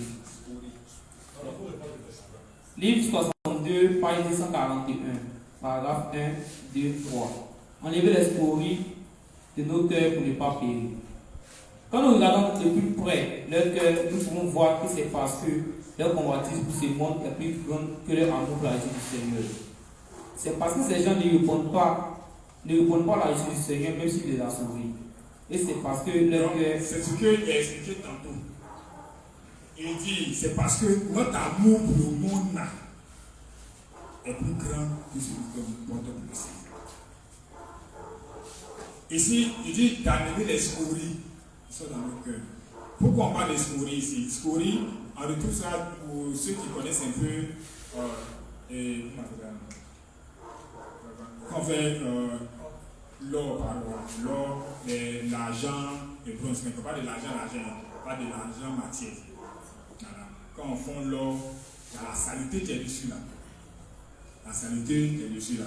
Donc, comme le juste, sa foi est comme de l'homme, à chaque jour, chaque minute, Dieu, il travaille notre foi. Et pour annuler quoi? La saleté qui est dedans. Pour qu'on ait une foi pure. Et que cette grâce qu'on a là, ça soit une grâce pure. Sans scorie. Mais là, quand il le fait, il y a les scories qui viennent. Et puis là, la saleté de l'or, c'est du comme ça, c'est caillou. Ils sont à lapidé, c'est mélangé avec d'autres matériels. Le sable, tout ça là, il vient du. Pour ceux qui ont une fois vu, ceux qui font les marmites là, passer un peu là-bas, ils voir. Ils enlèvent, quand ils finissent de fondre l'aluminium, ils enlèvent ça à côté. Ça vient se coller à bordure des trucs là. La matière liquide est au fond. Quand ça devient dur, ils enlèvent ça. Ça on appelle les scories. Donc nous demandons d'enlever ces scories. Ça représente quoi? Ça représente, comment on appelle, à chaque fois quand on veut décider de vivre par la foi, en ce moment précis, nos faiblesses sont révélées, nos fautes sont révélées, et quand on reconnaît cela, Dieu demande de faire voir, de renoncer à ça. Enlever, c'est renoncer à ces choses. Et comme il dit tantôt, il dit que notre foi, notre ambition, nous aimons plus le monde que quoi? Amour pour la justice, Seigneur. Que notre amour pour l'amour. Notre amour pour le monde est plus faible, un peu grand que l'amour qu'on porte pour l'œuvre de Dieu. Donc quand l'enseignement vient et passe, on se rend compte, on prend conscience du fait que notre amour est plus grand pour le monde que pour l'œuvre de Dieu. Que devons-nous faire? Donc on se laisse maintenant façonner par Dieu. Donc on suppose que notre foi subit maintenant une transformation. Donc il dit quoi? Si on laisse la saleté là dans notre foi, on risque de faire quoi? Il dit que quand nous regardons de plus près leur cœur, nous pouvons voir que c'est parce que leur convoitise pour ce monde est plus grand que leur amour pour la justice du Seigneur. C'est parce que ces gens ne répondent pas à la justice du Seigneur, mais ce qui les a sauvés. Et c'est parce que leur cœur est déjà fixé sur autre chose que l'amour du Seigneur. C'est pourquoi le Seigneur nous a dit d'enlever les scories de nos cœurs. Il est donc extrêmement important pour nous d'éviter le plus souvent possible les scories qui s'accumulent dans nos cœurs. En d'autres termes, même nous, les justes, avons besoin d'enlever régulièrement les scories qui s'accumulent dans nos cœurs. Donc on doit régulièrement, donc c'est la même chose avec. Donc il dit quoi? C'est notre amour du monde qui fait qu'on enlève la saleté dans nos cœurs. Plus on va aimer le monde, la convoitise de la chair, la convoitise des yeux, l'orgueil de la vie, on va emmagasiner les pensées, les désirs de ce monde en nous. Et quand ces désirs vont prendre racine, si on n'a pas enlevé chaque jour, chaque minute, chaque seconde, ça risque de faire notre vie de foi. Donc il dit chaque jour, les pécheurs, eux, pour eux, là, c'est un autre cas. Mais nous, les justes, chaque jour, on doit enlever. Mais pour que cela soit manifesté, il faut que l'Église puisse nous interpeller sur les réalités et les conséquences de l'amour qu'on porte pour le monde. N'aimez pas le monde, ni les l'œuvre de Dieu. En faisant l'œuvre de Dieu, on enlève les scories de notre. En un mot, on doit renoncer à nos pensées. On doit dire à Dieu que ces pensées les mauvaises, on doit renoncer à ça et s'attacher à l'amour de Dieu, apprécier l'amour de Dieu jour après jour, plutôt que les pensées de notre chair ou que les pensées de notre âme, ne pas les pensées de ce monde. Continue. En d'autres termes, même nous, les justes, avons besoin d'enlever régulièrement les scories qui s'accumulent dans nos cœurs, tout comme nous vidons régulièrement la poubelle de nos maisons. Ce n'est qu'alors que nous pourrons répondre à l'amour du Seigneur, dont il nous a sauvés par l'évangile de l'eau et de l'esprit, par une vie de foi. Si nous vivons en croyant en la justice de Dieu, nous sommes tenus de répondre à son amour. Et si nous répondons à son amour, nous pourrons alors vivre comme ses serviteurs. Il dit, si nous vivons comme quoi? Et si nous répandons son amour, nous pouvons alors vivre comme ses serviteurs. Et participer à sa gloire. Il faut le noter un peu plus. Si nous vivons en croyant à la justice de Dieu, si nous vivons en croyant à l'évangile, à l'amour de Dieu, nous sommes tenus de répondre à son amour. Nous sommes tenus de répondre à son amour. Ça veut dire quoi? Si nous vivons en croyant à la justice de Dieu, nous sommes tenus de répondre à son amour. Son amour nous dit quoi? Son amour nous dit de faire de toutes les nations les disciples. Donc tout ce qu'on doit faire, si on a réellement apprécié l'amour de Dieu, si on a réellement reconnu que Dieu nous a tant aimés, parce que on n'arrive pas à concevoir. Quand on dit Dieu nous a aimés, nous là, c'est littéral. Or, l'amour de Dieu doit être quelque chose de vivant. On doit vivre, on doit ressentir ça en nous. Donc, si nous parvenons à cela, on doit répondre à cet amour. Donc, répondre à cet amour, c'est qu'on se met sous l'autorisation ou bien sous la garde de cet amour. On doit accepter cet amour et vivre en fonction de cet amour. C'est-à-dire, et qui a besoin de repos. Et les gens sont chargés, fatigués, mais eux n'ont pas besoin de repos. Donc eux ne peuvent pas répondre à son amour. Mais nous, sommes-nous réellement fatigués et chargés? Est-ce que le poids du péché pèse réellement sur nous? Oui. Ok. On dit, Jésus dit, venez à moi où tu es chargé et fatigué, car vous devez du repos. On répond rapidement à son amour. Mais quand on répond à son amour, on lui demande de faire quoi? De vivre par rapport à son amour. On vit par rapport à son amour, c'est de faire l'œuvre de Dieu. On fait l'œuvre de Dieu là, ça signifie quoi? La Bible dit que faire l'œuvre de Dieu, c'est de croire en celui que Dieu a envoyé. Donc croire en lui, ça signifie quoi? Parce qu'il ne faut pas dire oui, je crois. Ça signifie que tout ce qui va nous donner comme prescription, on la met en application. En demandant toujours son aide. Si nous dit que telle chose est mauvaise, on doit reconnaître que comme c'est lui qui a raison, c'est mauvais. Quand il dit c'est bon, c'est bon. Si nous devons faire ça, on fait. Quand il dit aller à gauche, on va à gauche. Pourquoi? Parce qu'on sait que c'est lui qui nous a aimés. Et c'est en fonction de ce qu'il dit qu'on marche. C'est ce qui fait de nous des véritables serviteurs. Parce qu'un serviteur, il n'impose rien à son maître. Parce qu'il y a d'autres, eux imposent des choses à leur maître.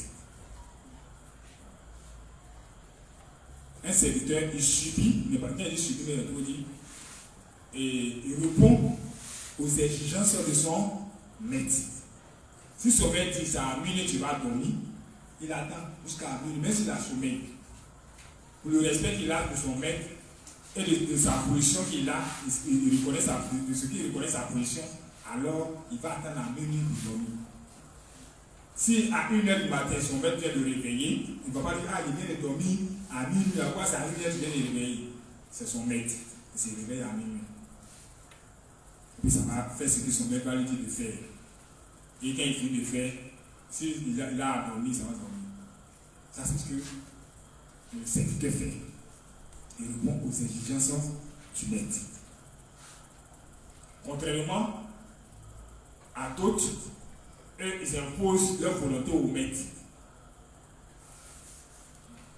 Et même dans les prières, ils imposent leur volonté au maître. Et c'est ce qu'ils vont éviter. Ils vont répondre à l'amour de Dieu et puis vivre en fonction de son amour. Que Dieu dit? Dieu dit, allez, faites de toutes les nations les disciples. Et comment il peut faire de toutes les nations les disciples? Ce n'est pas forcément que je me lève, tout le monde se lève pour aller évangéliser. Il y a deux sont là pour prier en fonction. Prier. Deux sont là pour trouver des stratégies. Deux sont là pour parler. Chacun joue son rôle. Comme fait les fourmis dans le but de construire leur colonie. Chacun a son. Donc, chacun reconnaissant sa position, son rôle, contribue à quoi? À l'amour de Dieu. En ce moment précis, on dit que tu es vraiment serviteur de Dieu. Continue le texte. Le Seigneur nous dit, l'œil est la lampe du corps, Matthieu 6, 22. Si votre œil est mauvais, tout votre corps sera ténèbre, Matthieu 6, verset 23. Cela signifie que personne ne peut rencontrer le Seigneur si son cœur est ténèbre, si son cœur est sombre. Si votre propre cœur est enveloppé de ténèbres, alors vous ne pouvez pas reconnaître la justice du Seigneur, mais lorsque vous le rencontrez. Il est donc très important pour nous de regarder dans nos cœurs de temps en temps, de les examiner et de les vider le plus souvent possible. Donc, il nous demande de faire quoi? De ses amis, de temps en un mot, il nous dit, pendant que nous serons sur la terre, durant nos séjours sur la terre, on doit trouver ses amis nés. Les amants en soi, C'est pas une période où on dit bon, comme il y a une période où on fait les examens, à ce moment-là, on doit plus s'examiner, c'est fini, on avance. L'examen à soi se fait tous les jours. Si tu n'es pas examiné, tu ne sauras pas qui tu es, si tu es bon, si tu es mauvais en toi, s'il y a des ténèbres ou il y a des points d'homme en toi, tu ne sauras pas. Ce n'est pas examiné qu'on en parvient à cela. Même si quelqu'un vient te dire que tu as fait telle chose, tu n'as pas dit, comme il a dit, ok, j'ai bien fait. Tu t'examines d'abord. Par exemple, si tu dis non, oui, j'ai fait, ok, tu seras hypocrite en fait. Tu prends ton recul et puis tu t'examines. Quand tu finis t'examiner, tu trouves que ah, c'est bon ou bien c'est pas bon. Et puis à partir de ce moment-là maintenant, tu fais ce qu'il faut faire. Enlever le scorie de ton cœur. Donc c'est après l'examen qu'on peut enlever le scorie de notre cœur, de nos pensées. Comme on peut faire notre renoncement à soi. C'est après examen qu'on peut apprécier l'amour de Dieu, qu'on peut plus avancer ou s'approcher de la gloire de Dieu pour être plus lumineux. Donc on doit laisser la parole de Dieu nous éclairer, éclairer notre cœur. On doit déposer notre cœur à la lumière de la parole de Dieu. Quand la parole de Dieu est en train de passer, on doit s'examiner automatiquement à la lumière de la parole. Ce n'est pas dans les ténèbres qu'on s'examine, c'est à la lumière de la parole de Dieu. Si je fais un examen de soi sans tenir compte de la parole de Dieu, ce n'est pas un examen sans effet. On doit tenir compte de la parole de Dieu pour s'examiner. Et cette parole de Dieu là, elle est expliquée par qui? Par ses serviteurs. Donc quand un enseignement passe, je prends l'enseignement, puis je me mets à la lumière de la, je dépose mon cœur. Est-ce que ce qui a été dit là, c'est ce que mon cœur est? Ou bien c'est le contraire? Je fais mon examen, et puis maintenant à partir de là, je constitue mes prières, puis je commence à appliquer en fonction de ce qui a été donné. Donc quand il finit de faire mon examen à partir de la parole donnée, alors il peut faire une expiation comme il se doit.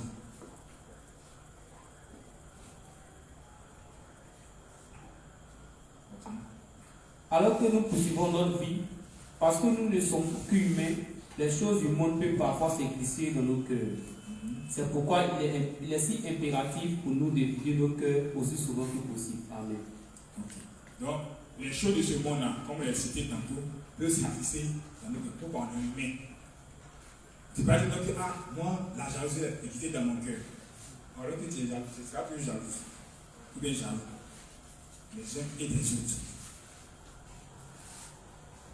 Donc, comme on est humain, il y a des choses qui vont glisser dans notre cœur. À nous maintenant de s'examiner, puis d'exposer à Dieu. Si on l'expose à Dieu, Dieu avance. Mais quand on ne reconnaît pas, ça devient un problème pour Dieu. Ok, allons, on continue. Livre 51, page 141, paragraphe 3, page 142, paragraphe 1, 2. Mais un saint est honteux et sombre s'il ne s'unit pas à l'église de Dieu. De ce divin sombre en pensant. Qu'est-ce que les frères et sœurs ont au pouvoir? Mais un saint est honteux et sombre s'il ne s'unit pas à l'église de Dieu. Le saint devient sombre en pensant. Qu'est-ce que les frères et sœurs ou le ministre penseront de moi s'ils connaissent mes limites? Mais Dieu nous donne son église et nous demande de nous unir aux membres de l'église. Nous devons nous unir dans l'église de Dieu. Dieu agit à travers son église. Il nous fait vivre par la foi à travers l'église. Vraiment, nous devons être en mesure de parler franchement de nos points faibles à Dieu. Ok. Pourquoi le frère n'est pas élu à l'église? Je veux savoir. Qui peut répondre?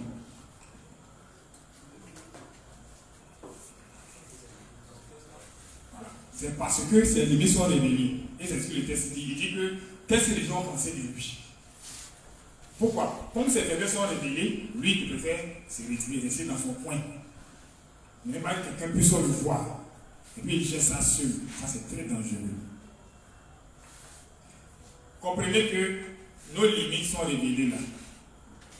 Ce n'est pas qu'on est mauvais. Mais nos limites sont révélées pour qu'on puisse apprécier l'amour de Dieu. Et où on peut apprécier l'amour de Dieu, c'est quand on est unis dans l'église de Dieu. Donc quand tu viens dans l'église de Dieu, quand ces péchés sont révélés, la première des choses à faire, ne laisse pas Satan te manipuler. Quand Satan, on laisse Satan nous manipuler, mais qu'est-ce que les gens vont dire de toi?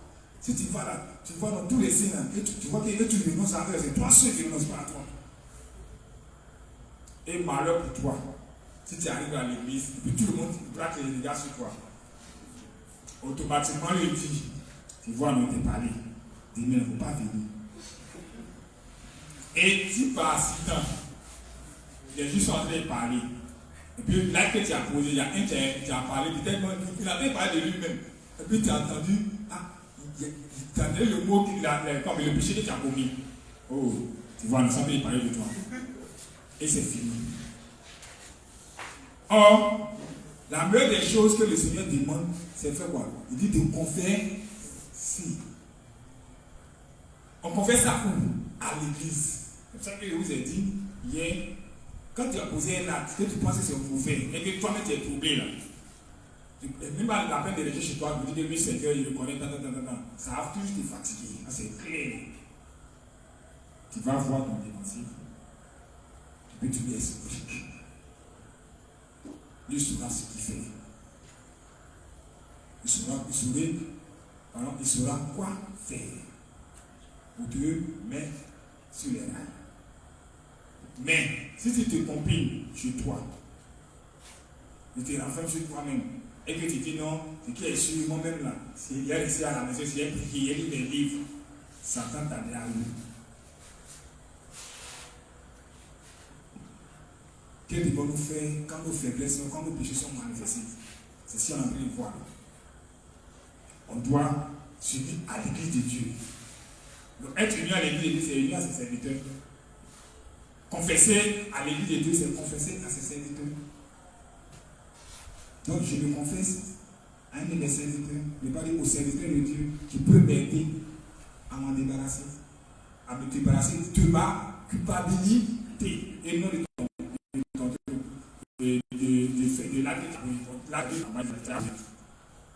mais ta culpabilité en te présentant l'amour de Dieu. C'est tout. C'est-à-dire qu'en un mot là, que devons-nous faire quand nos péchés sont manifestés? Il faut résumer dans ce texte-là, il faut reprendre la partie. Mais un saint est honteux et sombre s'il ne s'unit pas à l'église de Dieu. Donc, quand il n'est pas uni à l'église de Dieu, il devient honteux et sombre. Le saint devient sombre en pensant. Qu'est-ce que les frères et sœurs ou les ministres penseront de moi? Quand une personne est sombre là, c'est sa pensée qui est sombre. Il y a d'autres qui disent non, comme je le vois là, il est sombre, et que je le vois couleur. Je dois me regarder avancer un peu. Dès qu'on dit à son teint avancé, lui il est sombre. Non. C'est lui-même sa pensée qui le rend sombre. Continue.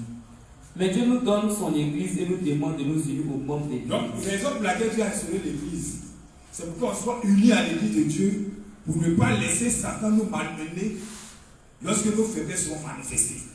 Parce qu'il sait très bien que nos faiblesses vont se manifester et va toujours se manifester. Ça, mettez ça dans votre tête. Mais le problème, c'est qu'on se retire de l'église de Dieu et puis nous-mêmes, on laisse Satan nous accuser et on se laisse accuser, on se condamne nous-mêmes. Et puis on dit non, qu'est-ce que les gens vont penser de moi? Qu'est-ce que les gens vont dire de moi? Est-ce qu'ils vont mal parler de moi? Ils vont dire ça, j'avais besoin de parler de moi-même. C'est mon nom qui a pris toute l'église, mais son nom n'a pas toute l'église. Là, n'est pas le problème. Le problème, c'est que toi-même, tu te condamnes. Et c'est cela qui fait perdre la foi.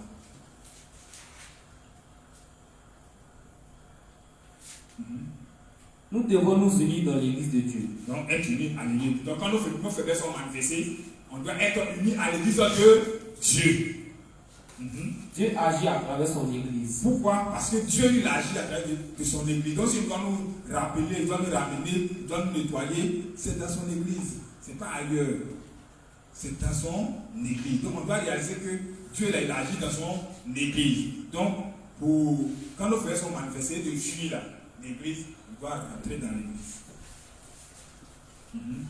Il nous fait vivre par la foi à travers l'église. Il nous fait vivre par la foi à travers l'église. Donc, c'est là-bas, là, l'église, c'est une vie de foi. Et la foi est basée sur quoi? C'est basé sur quoi? Sur la parole de Dieu qui est l'évangile de l'eau et de l'esprit. Donc quand tu vas aller venir, c'est l'évangile de l'eau et de l'esprit seulement qui va te mettre à plomb. C'est pas autre chose. C'est l'évangile qui te dit quoi?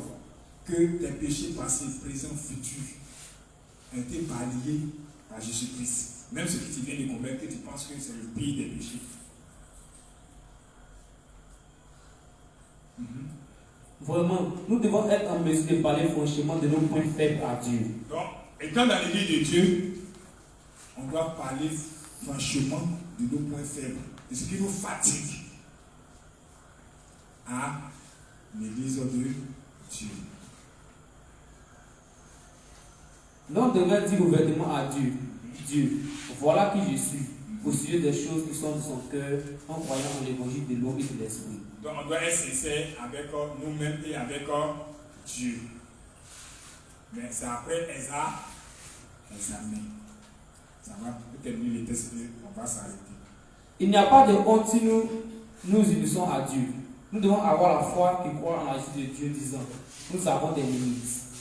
Mais toi, mon Dieu, tu m'as aimé comme cela. Tu m'as accepté comme ton épouse. Tu es mon époux et je suis ton épouse et je n'ai pas honte devant toi. La personne qui s'est unie à la justice de Dieu n'a pas honte. Les limites de mon épouse, je les ai aussi. Et les faiblesses que j'ai, mon époux les a aussi. Donc, il n'y a rien de quoi avoir honte si l'on est uni réellement comme un couple dans le mariage. C'est parce qu'un couple est uni comme un seul. Amen. Ok, donc, ici dans le jardin d'Éden, on dit Adam et Ève étaient nus. Mais il y a un point honte. Ou bien. Mais quand ils ont mangé le fruit de la connaissance du bien et du mal, là, ils ont eu quoi? Ils ont vu qu'ils étaient nus. Et puis ils avaient honte maintenant. Pourquoi? Alors qu'au préalable, ils étaient nus. Mais il y a un point honte. Est-ce que tu comprends? Quand on apprécie l'amour de Dieu et qu'on dépend de l'amour de Dieu, là, nos faiblesses là, ne doivent pas nous conduire hors de l'église, ne doivent pas nous couvrir de honte.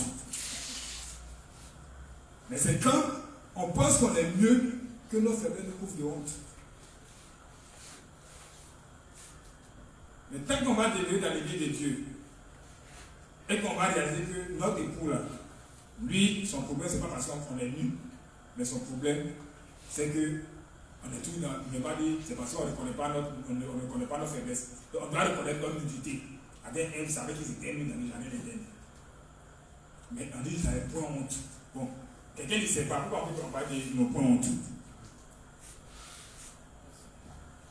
S'il ne savait pas, un bébé, il ne sait pas qu'il est nu. Peut-être qu'il commence à grandir un peu, il va s'arrêter là, il n'a pas porté caleçon. Mais on dit, eux, quoi? Eux, ils étaient nus dans le jardin et ils n'avaient point honte. C'est-à-dire qu'ils savaient qu'ils étaient nus. Mais ce n'était pas là le problème. Mais c'est parce qu'à un moment donné, ils ont voulu marcher d'eux-mêmes quand ils ont commencé en voulant se corriger, en voulant se protéger, en voulant voler de leur propre gel. Ils n'ont pas pu se couvrir. Et puis ils ont vu les bien, et puis ils ont commencé à avoir des qui? De celui qui les visitait chaque jour. Et quand Dieu venait chaque jour, ils étaient nus, non? Est-ce que Dieu ne pouvait pas les aider? Est-ce que Dieu parlait de leur nudité? Dieu n'a jamais parlé de leur nudité. Il a dit, ah mais tu es nu, attends, pourquoi tu es nu? Va prendre un habit. Non. Mais c'est eux-mêmes, quand ils ont mangé le fruit de la connaissance du bien et du mal, ils ont réalisé que, ah, on est nu, donc il faut qu'on se protège. Ils ne sont pas se cacher devant Dieu. Dieu a dit, mais qui t'a dit que tu es nu? Et c'est à quoi tu ne sais pas, il était nu. Ça va? Donc, quand on est dans l'église de Dieu, nos faiblesses sont révélées, ça va se révéler. Mais là n'est pas le problème. Le problème vient quand nous avons honte. C'est-à-dire qu'on n'a pas réellement compris l'évangile de l'eau et de l'esprit. raison pour laquelle on quitte l'église de Dieu. Ça va? Donc, on va s'arrêter là. C'est pas si on s'arrête, on s'est bien compris.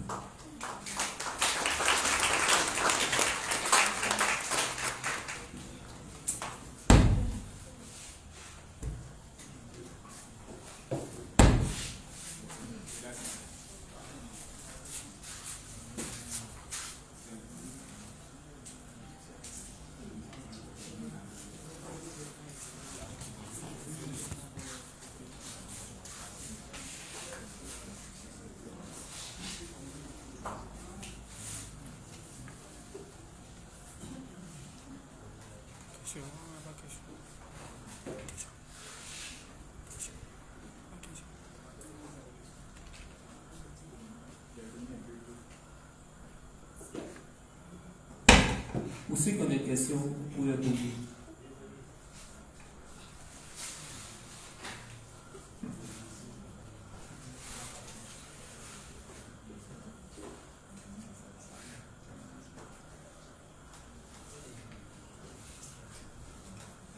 Oui. Bonsoir les fils.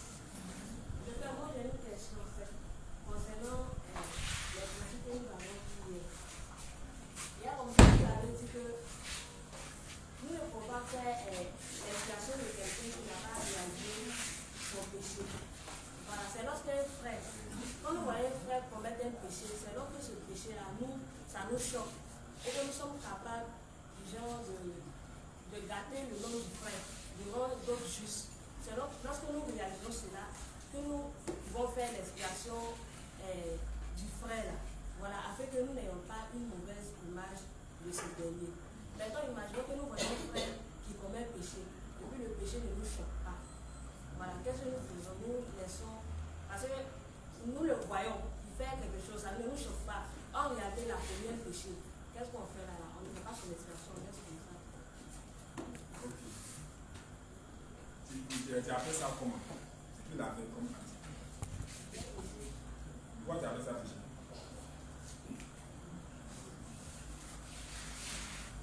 Si tu dis que c'est péché, c'est que le maître trouve que c'est mauvais. Ok. J'ai dit, pour déterminer qu'une action est mauvaise ou pas, c'est de peser d'abord les conséquences de l'action. C'est dit. Donc j'ai dit que toi tu es en train de t'amentir que le mensonge là c'est pas bon. Ou bien, ce que tu as dit là, c'est pas bon. Je dois montrer au frère les conséquences de l'action qu'il a posée. Tu dis il a posé une action, il a péché. Bon. Tu dis que toi ça ne te choque pas. Mais pourquoi ça ne te choque pas? Et pourquoi tu appelles ça mal? Puisque ça ne te choque pas. Pourquoi tu appelles ça péché? Et tu comprends? Et tu me suis? Donc, si tu dois faire l'expiation de ce frère, c'est parce que tu as jugé bon que l'action qu'il vient de poser là, soit même ça ne te choque pas toi, mais ça choque peut-être, ça choque que ça détruit quand même l'image de Dieu soit dans le quartier. Tu sais que c'est comme ça lui il est, c'est comme ça, c'est sa nature, c'est la nature humaine, toi tu peux faire pire que ça. Voilà ça. Mais du moment où le nom de Dieu est blâmé à cause de son nation, la nation devient mauvaise, donc tu fais son expiation. Donc tu pries, et puis maintenant tu vas vers lui pour lui expliquer, pour ne pas que demain ça devient une habitude pour lui, pour que le nom de l'Éternel soit blâmé dans le quartier. C'est ce qui est dit. C'est pas ça? Ça va? Oui. Bonsoir, on l'a juste demandé. Le père, c'est sur l'expiation là. Dieu a dit que dans l'Ancien Testament là, quand avant d'expier les péchés du peuple là, ils étaient présents. Du fait qu'ils étaient présents là, c'est qu'ils ont réalisé. Dans le même Ancien Testament aussi là, tu as dit que ce qu'on appelle quand un membre de chose là, du peuple d'Israël pêche là, lui-même il impose, c'est-à-dire le sacrifice du navire là, lui-même il impose les mains sur la tête de l'animal pour compenser ses péchés, parce qu'il a réalisé. Bon, dans la confession, dans l'expiation là, quand nous on finit de faire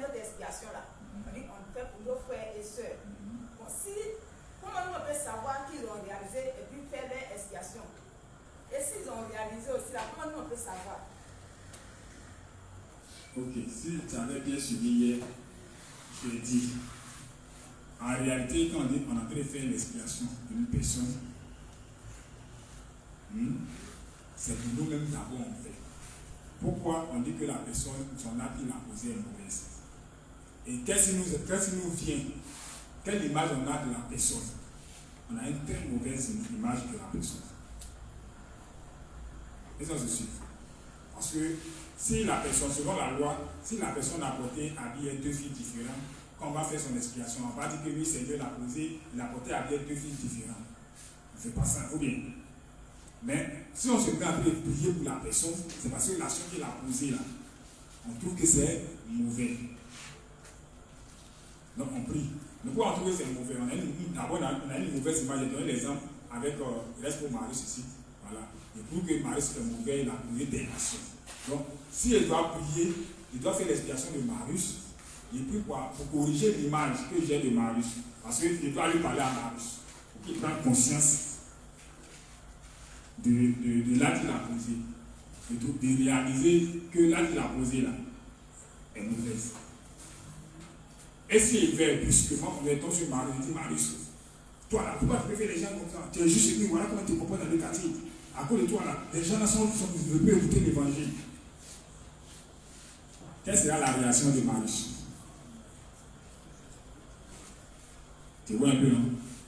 Donc, quand je prie pour faire mon expiation, pour faire l'expiation de Marius, en réalité, c'est pour moi, mais il fait, ah Seigneur, Marius, voilà ce qu'il a fait. La prière tête à tête, c'est mauvais. Mais lui-même il n'a pas encore réalisé cela. Et donne-moi la force pour que les mots qu'il faut pour qu'il parle à Marius, pour qu'il prenne conscience. Parce qu'il peut prier. Il dit, ah Marius, Seigneur, Marius a fait ça. De toute façon, tu as géré tous ses problèmes, c'est fini. Il n'est plus pécheur. Il est dans les derniers jours, il est sans péché. Et suivre, tous ces pécheurs qu'il a fait. Il a fini de prier. Marius peut continuer. Ok. Or, ton objectif, c'est que Marius arrête. C'est pas ça. Mais tu lui as rien dit. Il fait comment? Lui, c'est pas pour lui, c'est normal, c'est qu'il a fait comme Anne. Or, toi, ou bien ça détruit l'église, lui, il lui la messe. Il fait comment? Tu finis de prier pour avoir une bonne image de Marius. Et puis quand tu es présent devant lui, tu lui présentes les conséquences de ses actions. Toutefois, en évitant de le condamner, parce que déjà quand tu as prié là, tu as déjà dit à Dieu que Dieu a déjà pris tous ces péchés là, une fois pour toutes. Et que Marius est sans péché. C'est pas ça. Donc tu ne vas pas lui dire à Marius que lui là, tu t'as posé à toi, c'est pas bon. Mais tu vas lui présenter avec beaucoup de sagesse, que lui-même, il réalise que l'action que j'ai posée, ce n'est pas une bonne action. Pour te rappeler de tes arguments que tu auras à lui présenter. Et puis lui-même, maintenant, il peut te dire, ok, donc soutiens-moi en prière pour mon renoncement en soi. Tu as fait son expiation, non? Voilà comment tu fais ton expiation. Ça va? Et ça, c'est comprend. Voilà. C'est ce qui est dit. Lui. Ça va juste dire là. Par rapport à l'enseignement d'hier, vous avez dit que quand un frère fait quelque chose qui nous gêne, on doit faire son expiation. Voilà. Donc moi, je vais poser la question. Il y a un vieux qui est venu chez nous hier. Le vieux, il venait à l'enseignement, il m'a demandé, je vais où il est venu à l'enseignement. Donc lui, on a commencé à causer, il a commencé à lui parler de l'évangile, on a commencé à parler. Il lui a montré les versets, on a lu tout. Il dit, lui, il croit que tout ce que je dis là, c'est la vérité. Lui, c'est que c'est la vérité, mais lui, il ne croit pas. Donc, à ces gens de personnes, on doit faire l'expiation, ou bien on fait comment? Il a fait son expiation. Il dit, il ne croit pas. Pourquoi il ne croit pas? Il faut chercher à savoir pourquoi il ne croit pas. Il dit, il ne croit pas. Il dit, c'est vrai, mais il ne croit pas. C'est vrai qu'il n'a rien dit. Ouais, tu vas dire non, quelque chose est vrai, il ne croit pas. Tu vois un peu, non? Voilà, donc, toi maintenant, tu dois chercher à savoir, Seigneur, bon, lui il dit c'est vrai, il ne croit pas, mais son expiation consiste à quoi? Seigneur, permets que puisse savoir pourquoi il nous dit il ne croit pas. Pourquoi il dit c'est vrai, lui, il ne croit pas. Et quand tu auras maintenant ce qu'il amène à dire, il ne croit pas. Peut-être même Dieu, même peut-être les pasteurs ont tellement malmené qu'ils ne croient pas là-bas. Donc il dit, il ne croit pas en Dieu. Mais c'est lui qui a dit, en tout cas c'est vrai, c'est vrai, mais moi, il ne croit pas. Donc, vous faites trouver ces arguments. C'est pour ça qu'on dit, quand tu pries pour quelqu'un, en réalité, quand tu pries, tu fais l'explication de quelqu'un. Dieu te révèle même ses faiblesses, ses péchés. Pour que tu puisses l'aider. Donc, plus. C'est ça que je dis là. Donc, il dit, il ne croit pas.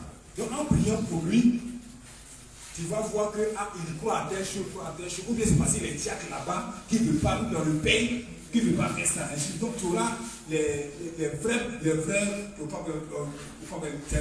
pensées. Donc, ayant ces vraies pensées, tu vas prier maintenant avec précision. Ah Seigneur, voici ce cas-là. Voilà ce à quoi il croit. C'est vrai qu'il croit, il ne croit pas à ta parole. Maintenant, comment il peut démonter cela? Donc, en priant, et puis tu cherches maintenant les arguments. Tu as déjà son point faible, ou bien sa force. Tu prends sa force, maintenant tu commences à faire des chansons sur. Puis tu pries que Dieu te donne les mots qu'il faut, dans le but de renverser tous ces forteresses. Selon, comme 2 Corinthiens chapitre 10, non, 10, 4, tu crois bien. Cherchez ça, on voit. 2 Corinthiens chapitre 10, 4. Alors, non.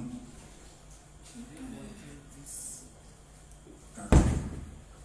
Car les âmes avec lesquelles nous combattons ne sont pas charnelles. Elles ne sont pas charnelles, mais elles sont puissantes. Elles sont puissantes. Par la vertu de Dieu. Pour renverser les forteresses. Donc c'est une forteresse, c'est dans une forteresse. Donc il faut renverser ça. Mais il faut trouver la forteresse.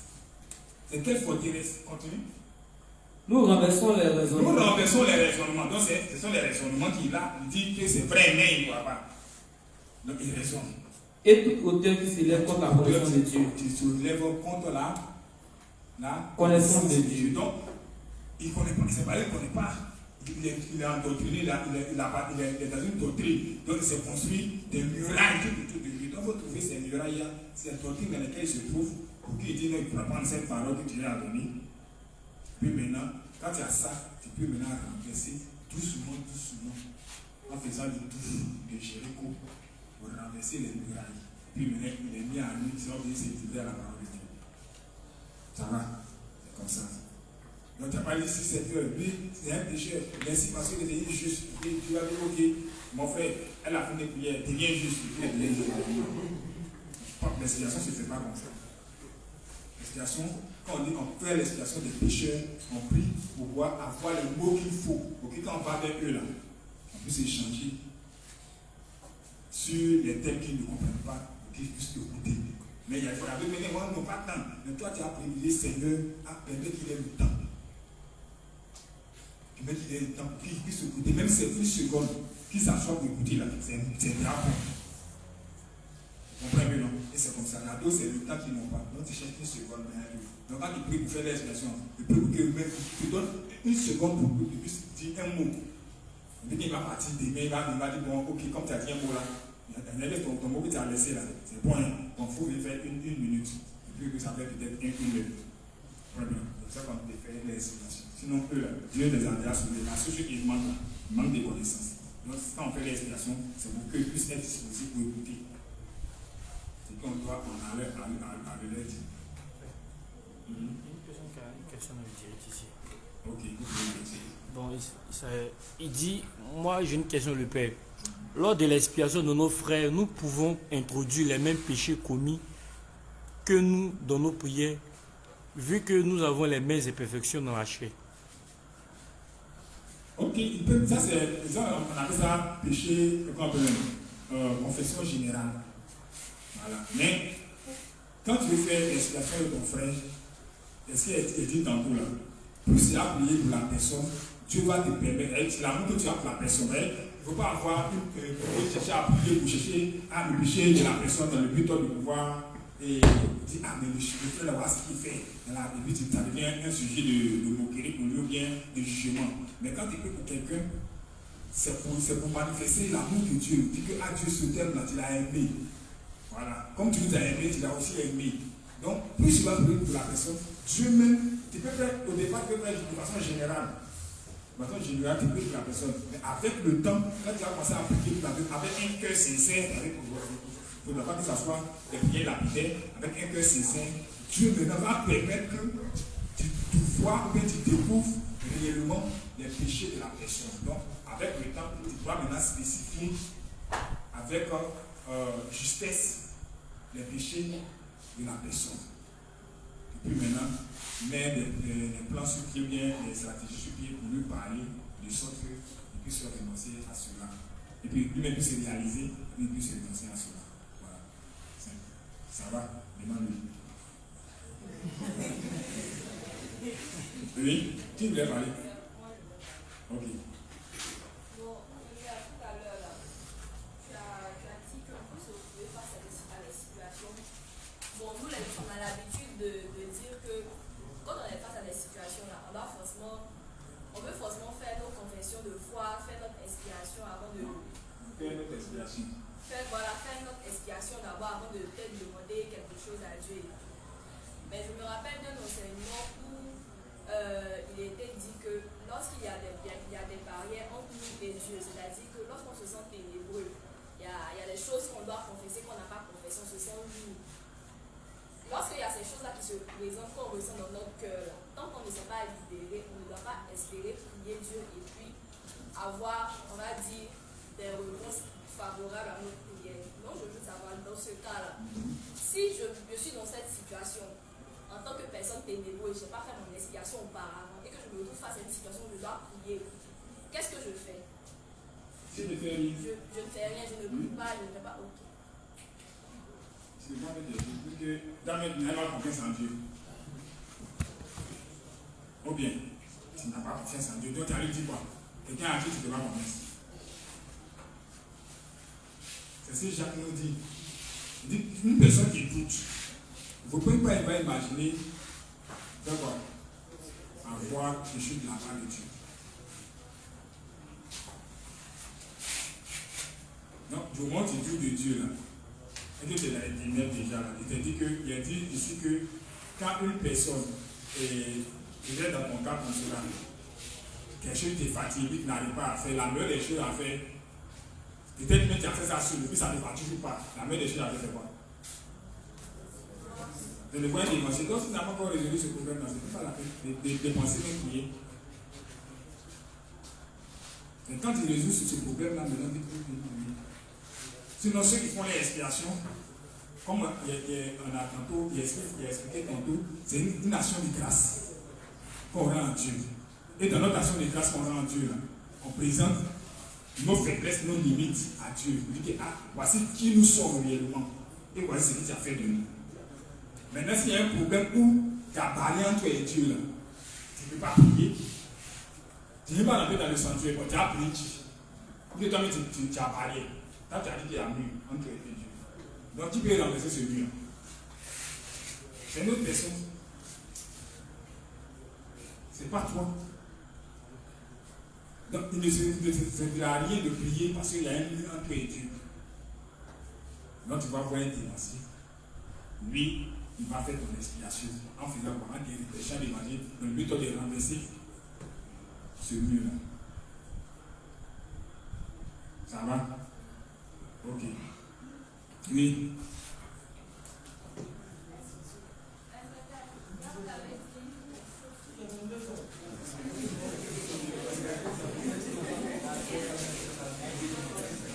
La dernière question. Bon, la dernière question, et puis l'autre, tu gardes ta question pour demain. Oui, allons.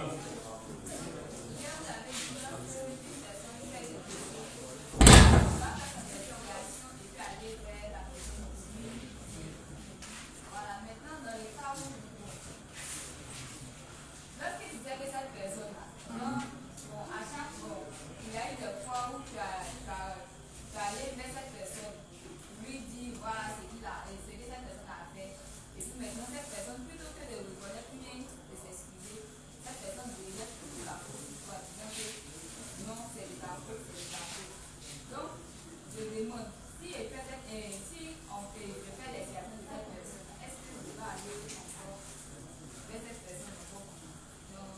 tu as fait une première fois, ça va dépendre aussi de la manière dont tu es parti pour la première fois aussi.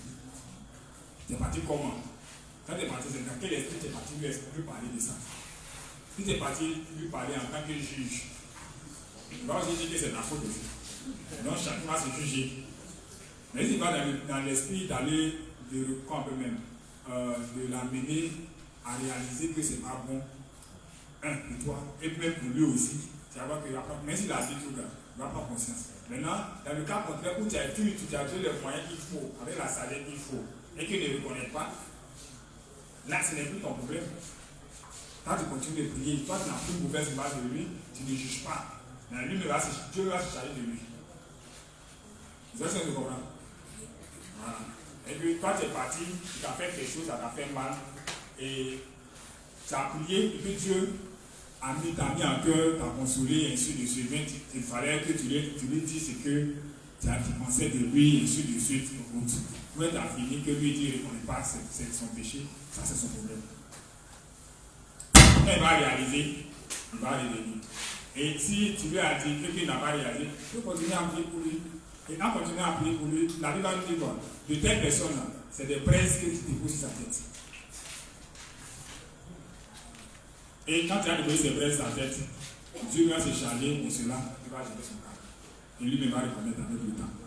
Ok, donc, on va mettre fin aux séries de questions. Pour ceux qui ont des questions, gardez ça pour demain.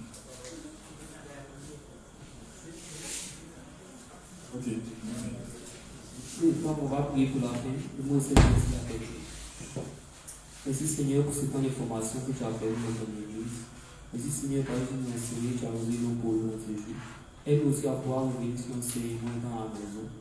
Merci Seigneur que tu nous conduis jusqu'à ce que nous soyons arrivés Seigneur à la maison. Merci Seigneur que tu nous as permis que nous soyons avoir une nourriture ce soir pour manger. Merci Seigneur aussi parce que tu nous as donné une paisible et que nous puissions avoir la force d'aimer pour être allés à la formation. Merci Seigneur, tu nous as aussi. Nous, Jésus, nous avons prié. Amen.